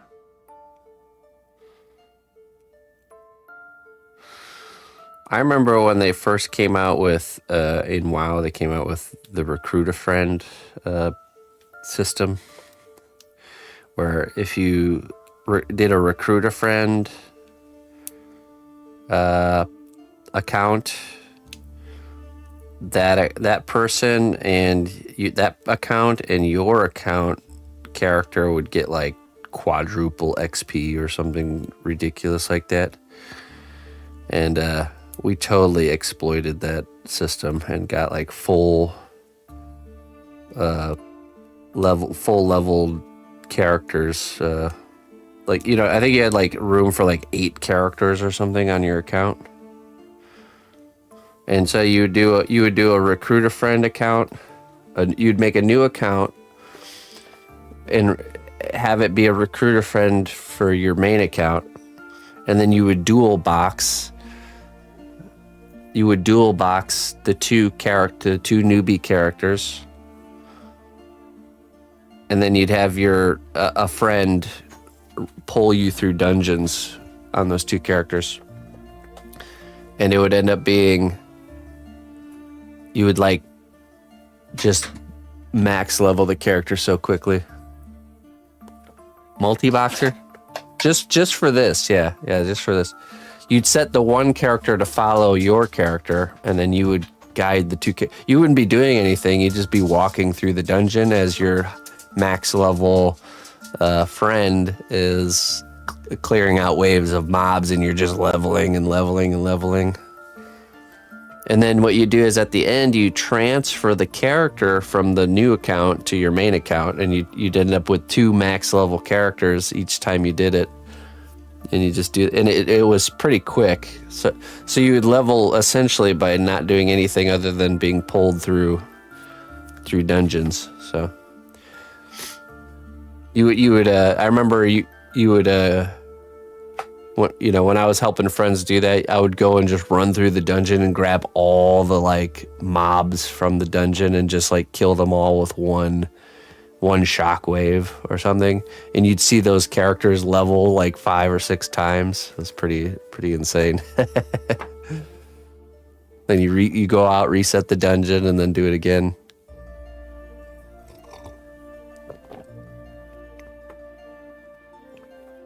I totally used that system.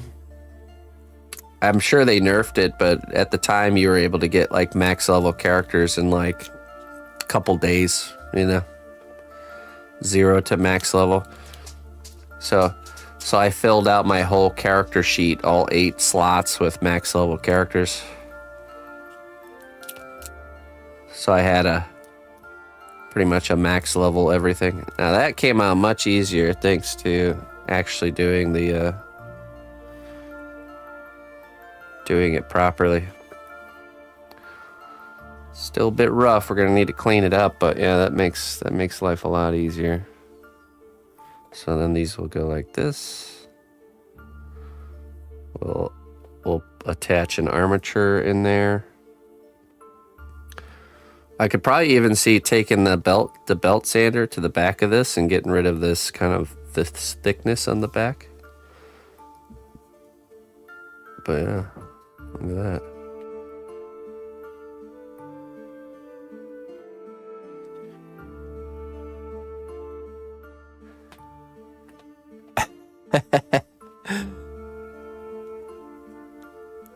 Well, my craftsmanship follows the same principles of how can we do this job? How can we get the quality but with less time and effort and energy, right? It's all about efficiency. There's nothing wrong with that.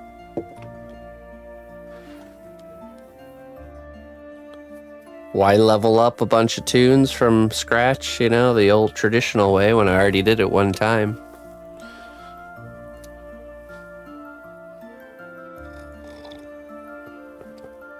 Yeah, how do we do something that's complicated and make it more simple? How do we simplify the complex? Or break down something that's complicated into really simple terms?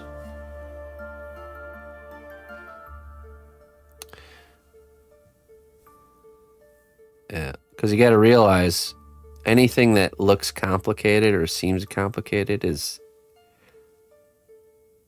it's a bunch of simple things stacked on top of each other that makes this illusion of this complex, difficult thing. So if you can just peel the layers back one simple layer at a time, there you go.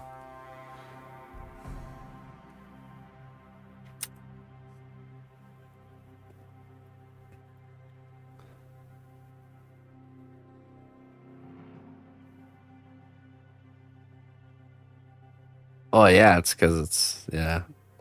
I had all those higher level tunes, but I only played mainly just one. I was never a person that liked to do like, you know, I like to throw all my time at one character, not split it between a bunch. So it was my Tauren warrior.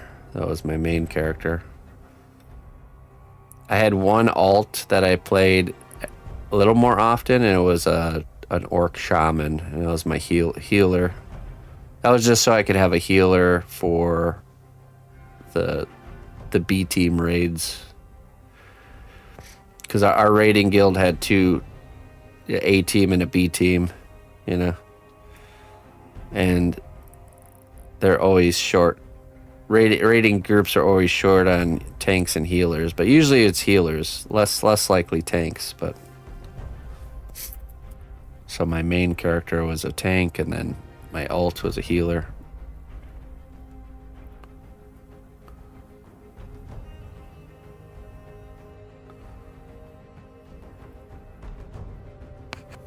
That was about all I used it for, though.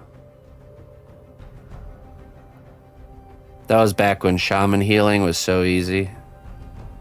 You would just riptide the tank and then chain heal. Spam chain heal the whole time. Chain heal, chain heal, chain heal. Make sure I'm not standing in fire, and then drop mana tide totem when you're low mana. That's it. That's all you had to do.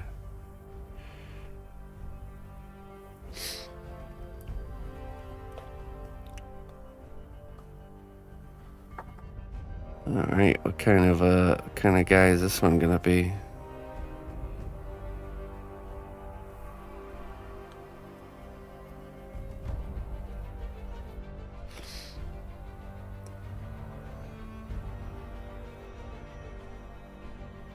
Yeah. I remember when they changed warriors to have something called tenacity, which is a new thing they added in the game, which made it the harder you got hit, the more attack power you would have. So essentially, the tanks became like first or second place on the DPS chart because of tenacity, where these big bosses would be hitting you so hard that your attack power would be like so high, and you'd be doing all kinds of damage. That was the time when protection spec warriors could do arenas. I did arena with a holy paladin and 2v2s, holy paladin prot warrior. It was a nightmare for people to fight against, especially those teams that didn't have a healer. If it was like a team of like a warlock with a warrior or something like that, they would just get destroyed. We would just outlast them.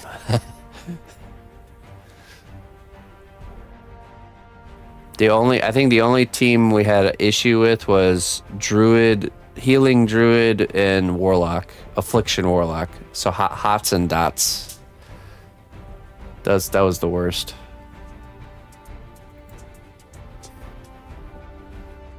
Okay, let me look up some reference here real quick.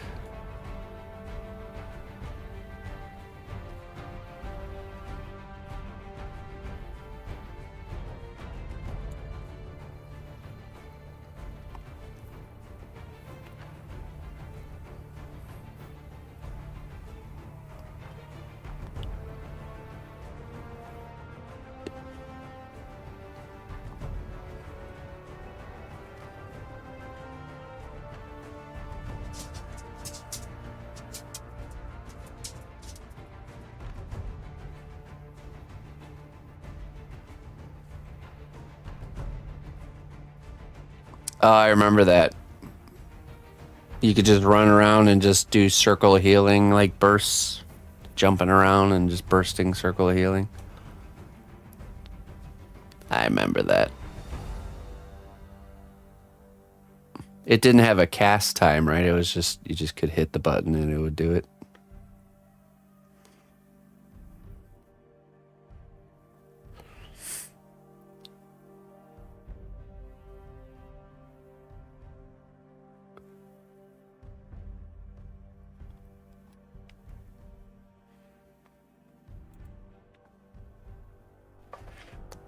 Okay.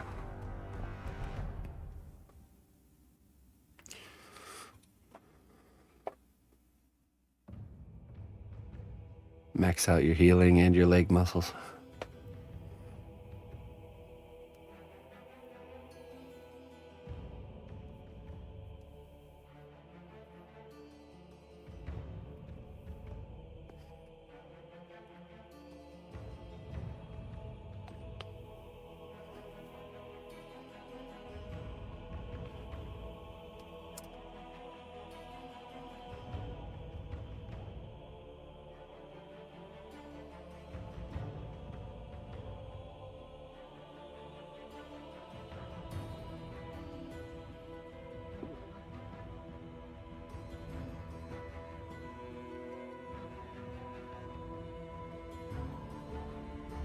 I really enjoyed that movie, Ready Player One.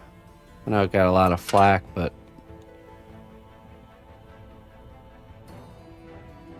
I feel like I was part of the target market for that movie, though. That's why I liked it.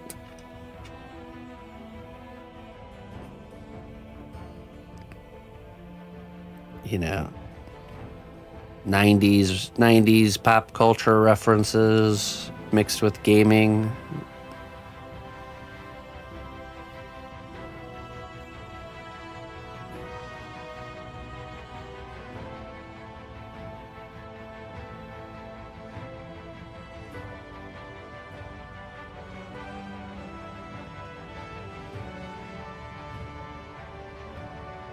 Also, at the time, I had met my wife online. You know, we were still in the dating phase of our relationship, and the whole like long distance relationship in that movie definitely resonated with us.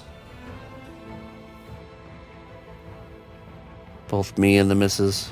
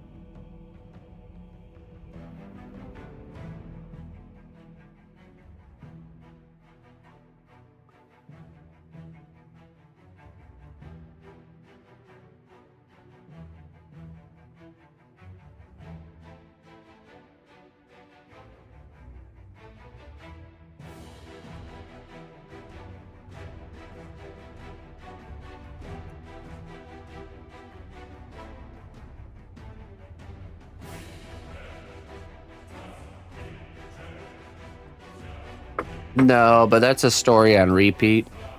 That the people who read the books of the movies always don't like the movies over the books, but I don't know. It's an unfair comparison. It's always going to be an unfair comparison.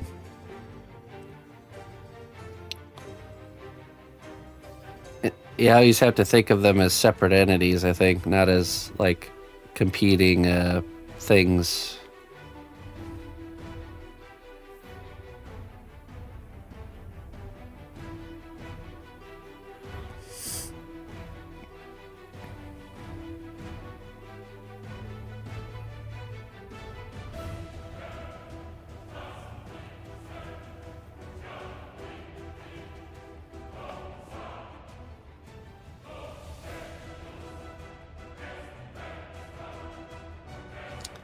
In a high rise of camper.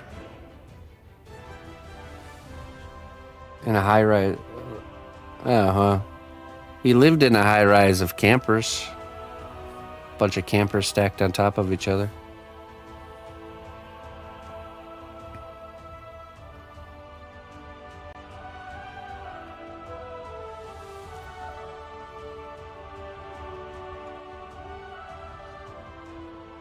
Oh, okay, I see. Now we're getting to the bottom of why Jones doesn't like it. He was supposed to be where I'm from. The whole movie's ruined now.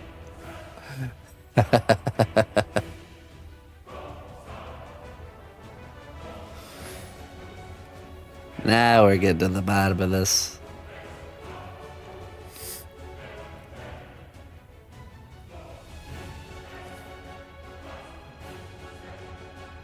Oh, I'm sure they do. They always do, though, you know. Even in Lord of the Rings, there's tons of changes, you know.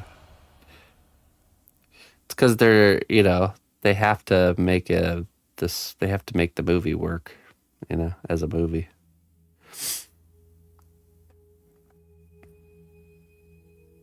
Hey, what's up, Fee? It's going good. How are you doing?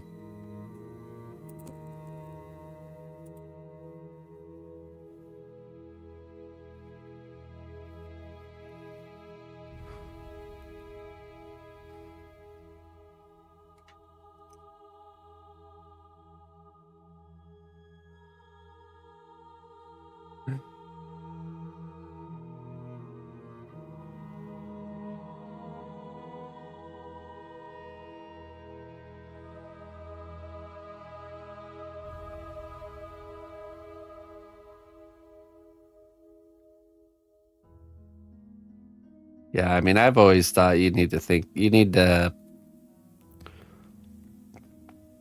have to separate the book and movie of the book. It's like a separate thing, you know. Two different objectives. What was it? I watched Harry Potter before I read Harry Potter, and I actually enjoyed that I watched it first because I don't know, it's like I could imagine the characters a little easier. Because I think sometimes it's that disconnect of like when you read a book, you imagine the characters a certain way in your mind, and then when they give you actual what the character looks like in the movie, it doesn't match up with what you had imagined, you know, and then that leaves you with this kind of disappointed sensation. It didn't live up to your expectations of your mind.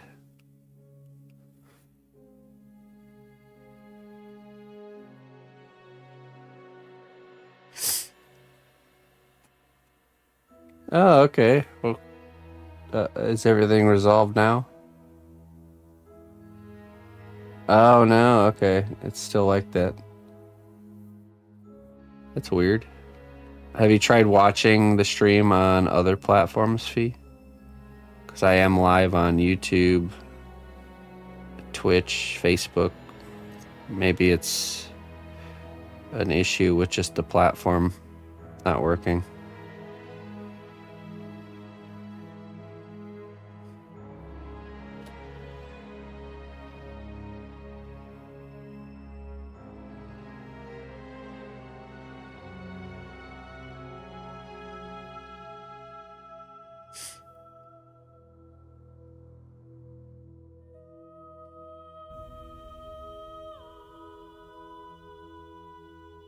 Yeah, it's the other O, you know, the other Oklahoma, Ohio. It's pretty much the same stuff.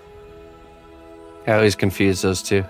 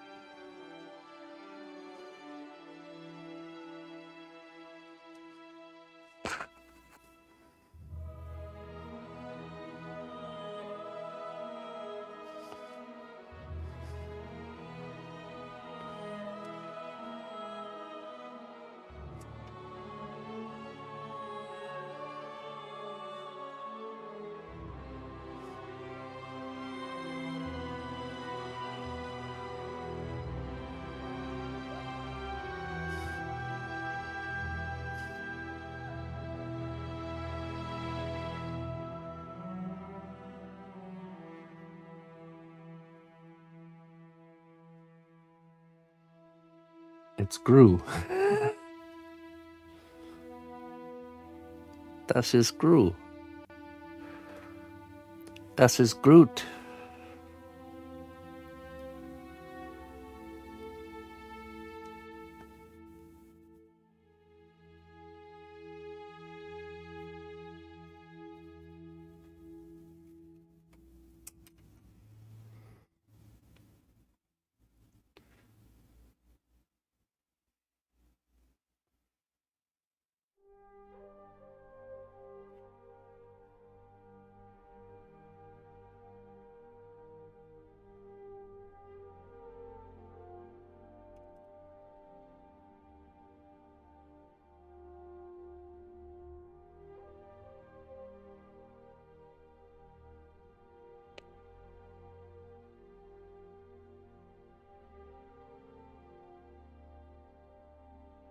Night we steal the moon.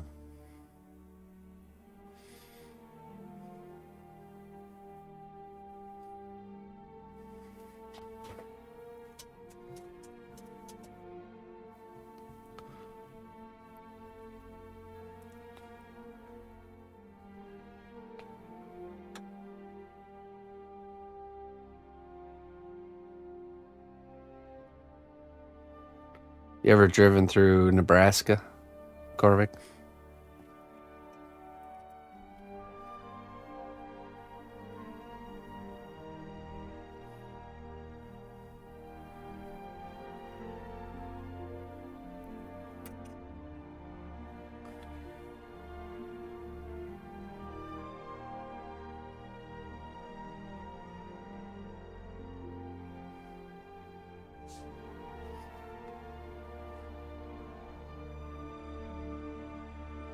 Yeah, you have, does she know?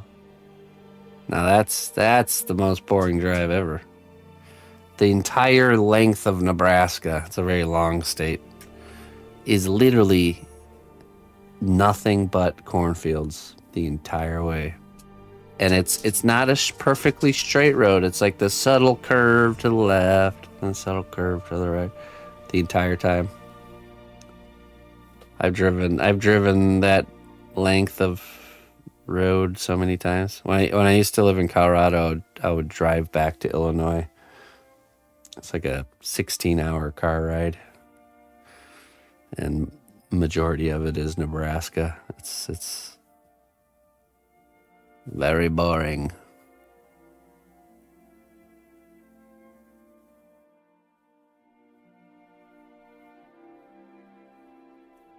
The west tail fell.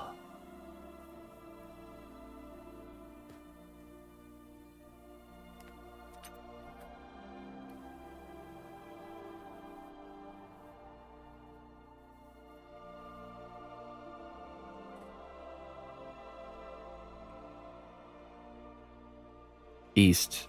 The eastern side's a little bit better. Iowa gets a little bit more scenic once you get towards like the middle of it, but a little bit more interesting. And the beginning of Colorado, once you're going from Nebraska into Colorado, it's empty too. The nice thing about Colorado is it's completely empty, just like fields, with some cows here and there. But like as you're you're going towards where all the action's happening, which is like the Denver area, which is right next to the mountains. So you start to see your destination in the distance, like hours before you arrive, which is like, I can see the mountains.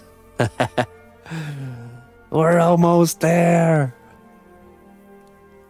Then continue to drive for like 4 more hours.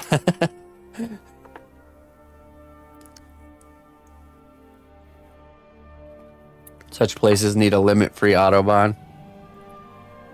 Yeah, like in Germany.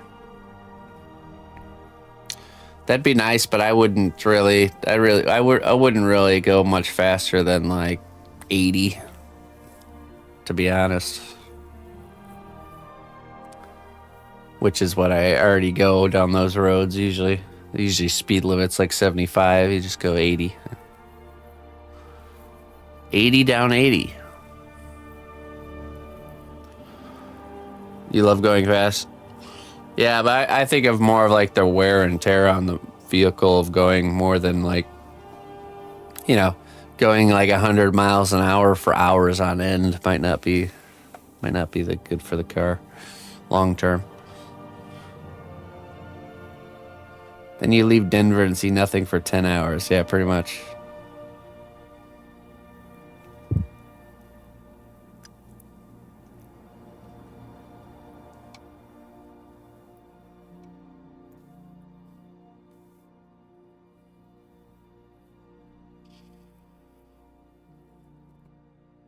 Geocache.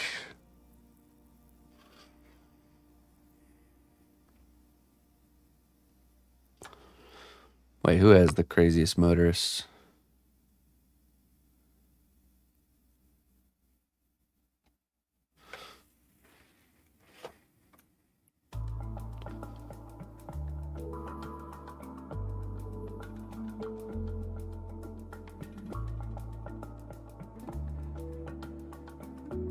New Mexico?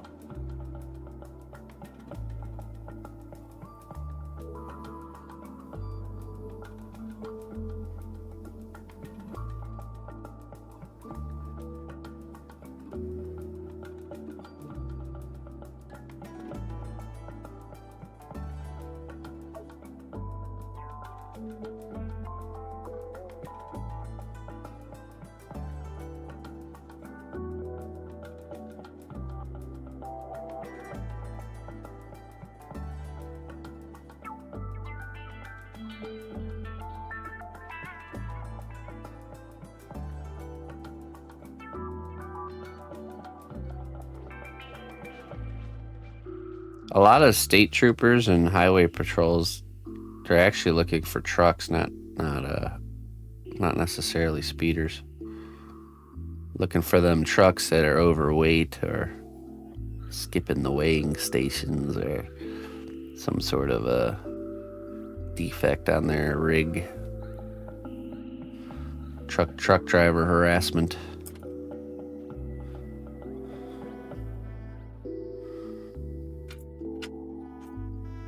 Good old state patrol jurisdiction.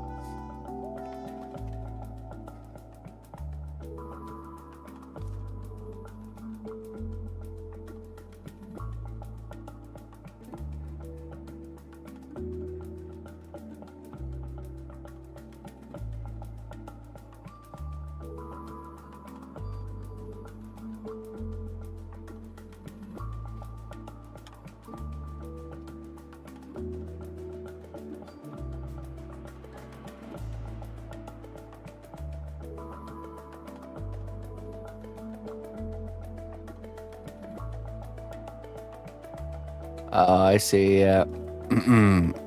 I see. You guys are talking about like how they didn't really portray modern games in the film. They make people that are non-gamers think that gaming people are just sitting around playing Atari all day, pretty much. Moving a tiny little square, a little hidden square from the beginning of the game to beat it.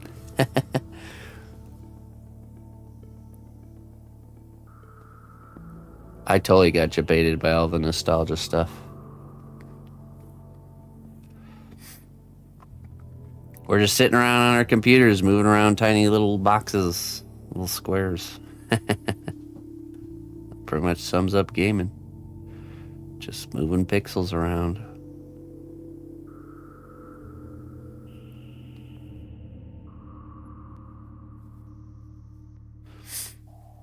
You know what a lot of the normies' first gaming experiences are nowadays?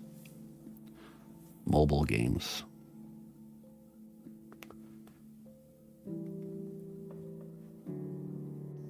And there's a lot of companies that are making these mobile games and totally jebaiting the poor, young, naive gamers into their pay-to-win traps. They're so cleverly designed to get you hooked, to get you invested, and then make the game too hard to like progress without buying upgrades or something like that. They literally fall for the trap that the Ready Player One movie warns against from the beginning.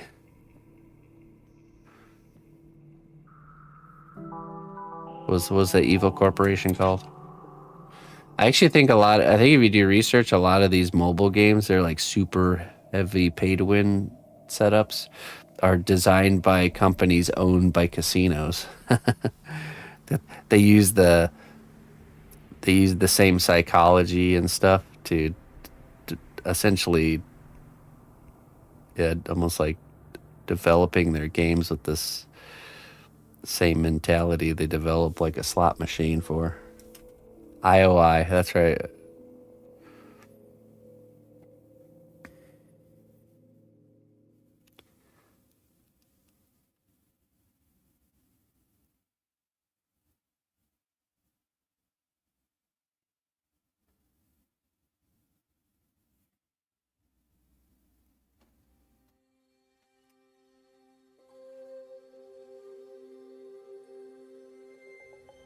Innovation Online Industries.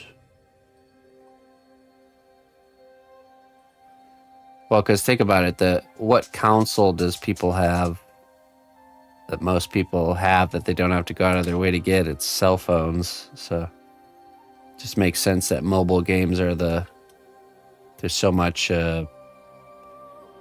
player base tied up in mobile games that don't even realize there's this like wonderful paradise of gaming on like Steam where you don't get ripped out of your money to enjoy the gaming experience. You pay a one-time $6 fee to buy the game, and then you get to enjoy it in peace.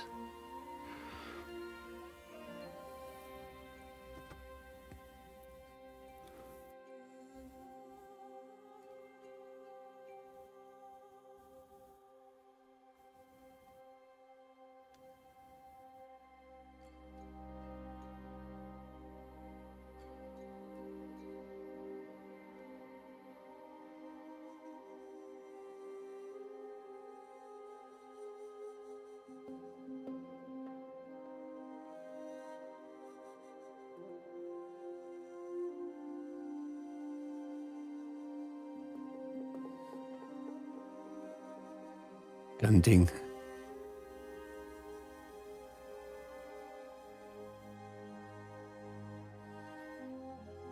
Well, you didn't like the Warcraft movie?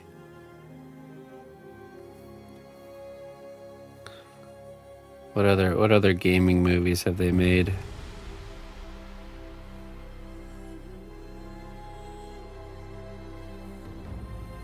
You haven't seen it? It wasn't anything too crazy, but I think I enjoyed it for what it was.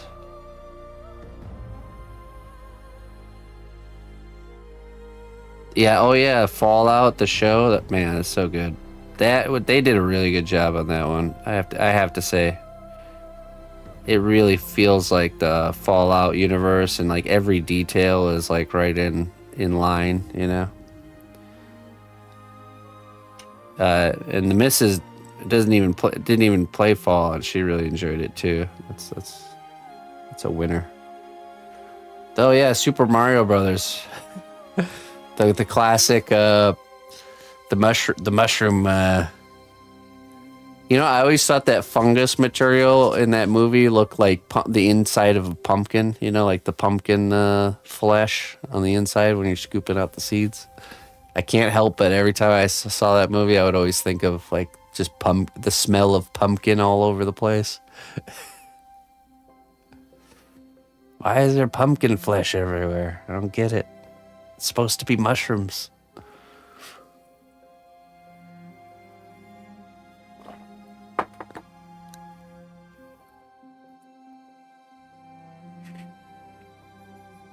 Yeah. I enjoyed the recent Super Mario movie. Oh yeah, we watched that too. No, this animated one. It's good.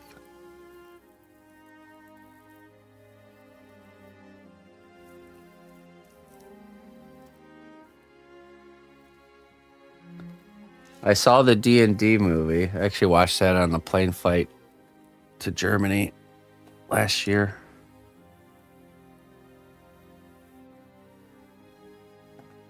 I fell asleep during it, but the parts I remember I did enjoy. Nothing to do with the movie. I was just tired.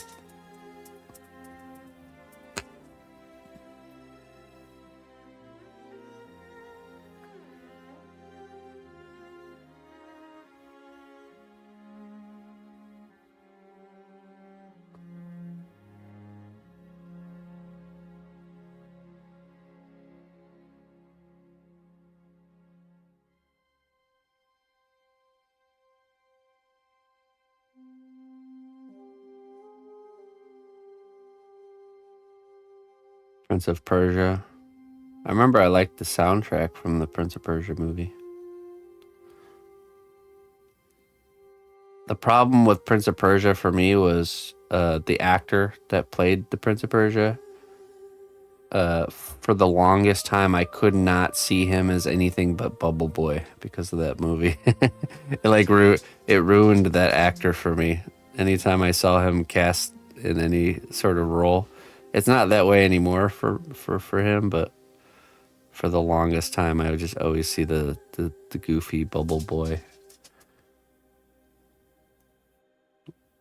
I don't remember his name, but the actor. So he'd play these like super serious roles, and I just couldn't not see Bubble Boy.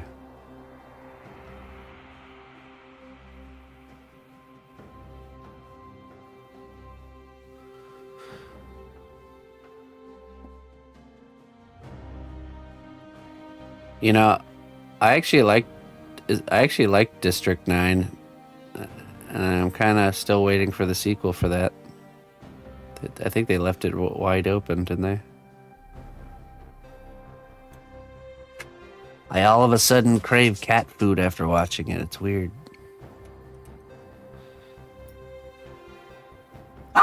Hey, Annie. 9. Was ist los? Komm hier. Komm, hier. Bleib schön hier. Bleib schön hier. Alles gut. Ja, ist so fein. Nein, Annie.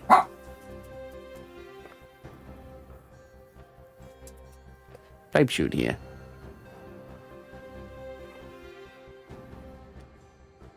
Did you say cat? Yeah. Now, if you say the names of other animals, that she gets jealous and barks. Millie. Millie Willie. No, she doesn't. Mildred. Mildred.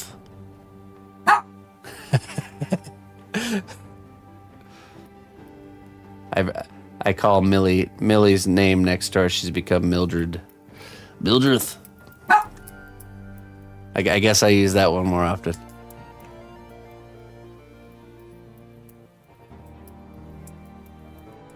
Looney. Looney Bloomy. Ina has to say that one. That was the cat's name. Yeah, fine. Yeah, prima. Give him up them pets.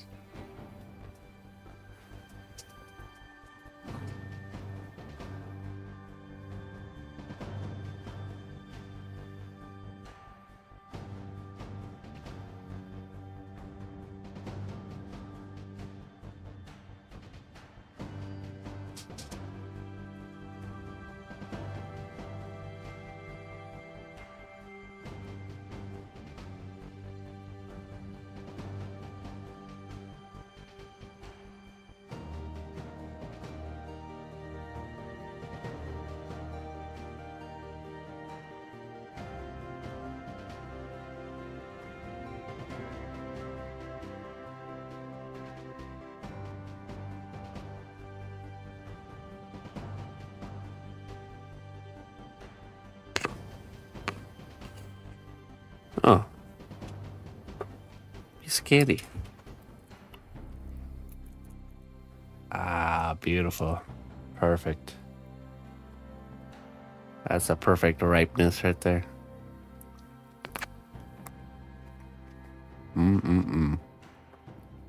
What a treat. I'm gonna grow more of those next year. I'll make a whole pie out of them.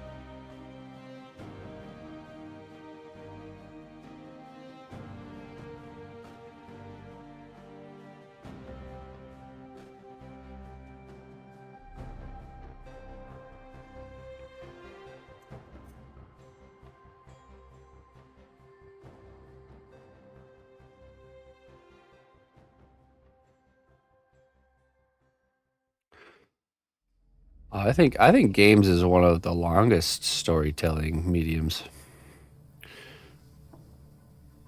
Can be. Closest to books, book being the longest storytelling medium, the most in-depth. Movies being the shortest. Shows kind of somewhere in the middle there.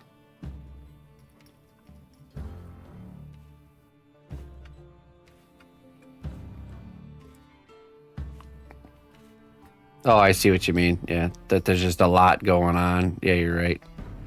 Because it's the obvious story that's in front of you, and then there's like all the little side stuff, the extra story if you're really into it that you can pick up on, like the little books that are in the rooms that you read, but nobody really reads. like in Skyrim, you know? Just opening it and flipping the pages to make sure there's no like hidden power up, and then not actually reading it.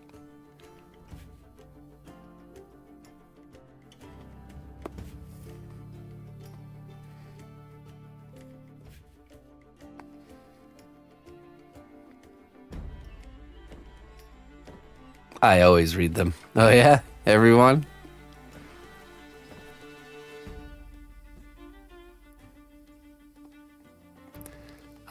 I love spending hours in Bellathor's shop reading the books that he has on his shelf. Listening to him talk in the background. If you drop water on it, would it melt? No.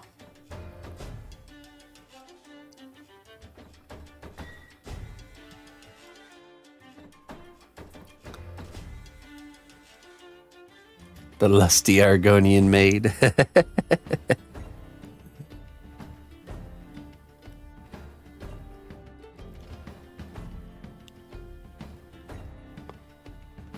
Sipping on the finest glass of skooma while enjoying a good book in Bellathor's shop. Now that is comfort.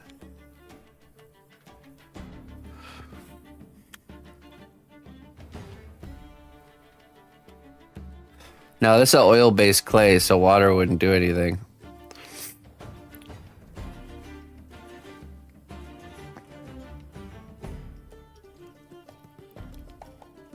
It would not permeate the material.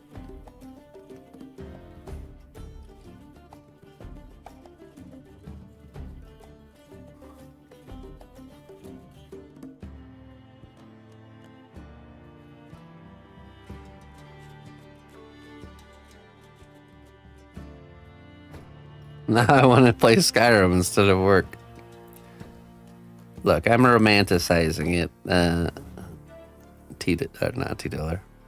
Clayton.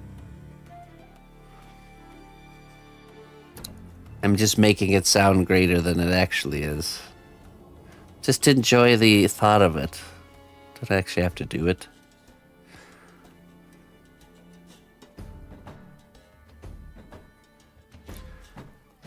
The joys of frolicking through the fields outside of Whiterun as the epic battle music follows you because a mud crab was following you from like 3-4 miles away. Ah, yes. Wondrous. Why is the epic music playing this whole time? 3 days later, a mud crab like scuttles up to you and punches you. Gaming's not even fun anyways, yeah.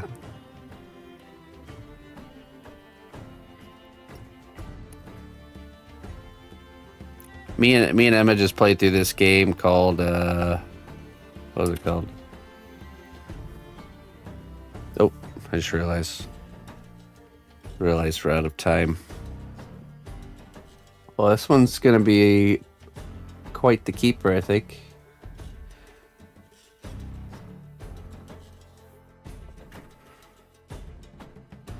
I'm excited. All right, folks. I unfortunately have to get out of here a little early today. This one's scary. Nah, he's a friendly guy. Don't be so judgmental. We got a bunch of running around to do. Have to go get some fall clothes for Emma. Do a bunch of other stuff, getting ready for this trip. So I'm gonna get out of here. I will be back on this evening, and we will be working on the Skeleton Pirate. 6 p.m. Central Time. We'll be painting old Captain Bag of Bones, or whatever we're gonna call him. So we're in the phase of doing base coating, so we're picking out different colors. Get yourself an unblack shirt. No, I'm going to get probably a fresh set of black shirts. I mean, this one's fading a little bit. Look at that. Some CN logo, a fresh batch of CN logo shirts and black pants. Cultist. No, I'm a 90s cartoon character, you know? They open up their closet and it's like all the same outfit over and over again. It's the way to be, I'm telling you. Just pick an outfit that you like and just get it a bunch of times. You know how much time I spend thinking about what I'm going to wear? 0. Absolutely nothing. Not even a part of my thought life, actually. I've just removed this. I've removed a whole section of my life that other people spend tons of time and money and energy over. I've just completely removed it. It's gone. Okay, Mr. Rogers. It shows. It's just not even there. It's not even a thing. I've made it obsolete. Okay.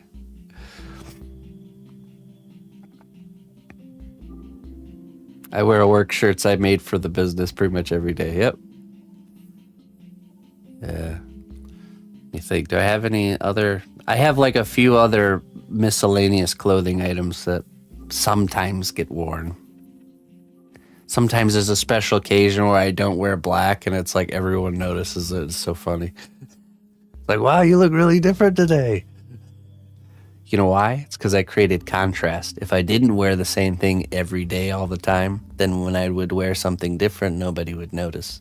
But because I do, they notice.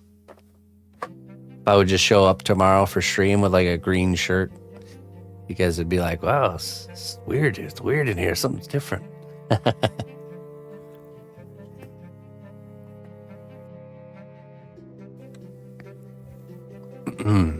All right. Anyways. Let's find someone to raid.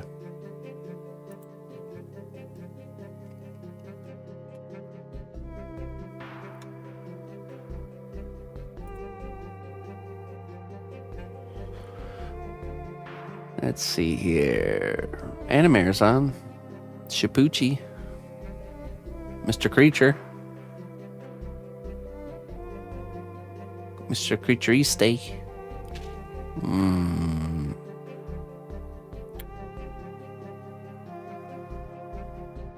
Evan's on. Zambies. A lot of people. Casey.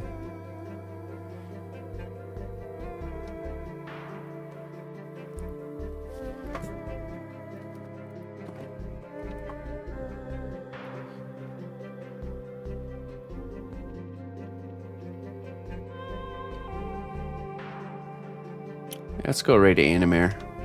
She's doing some sculpting.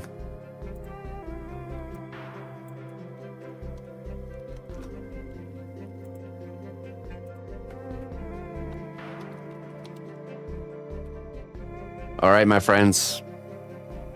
Till next time. Bye-bye.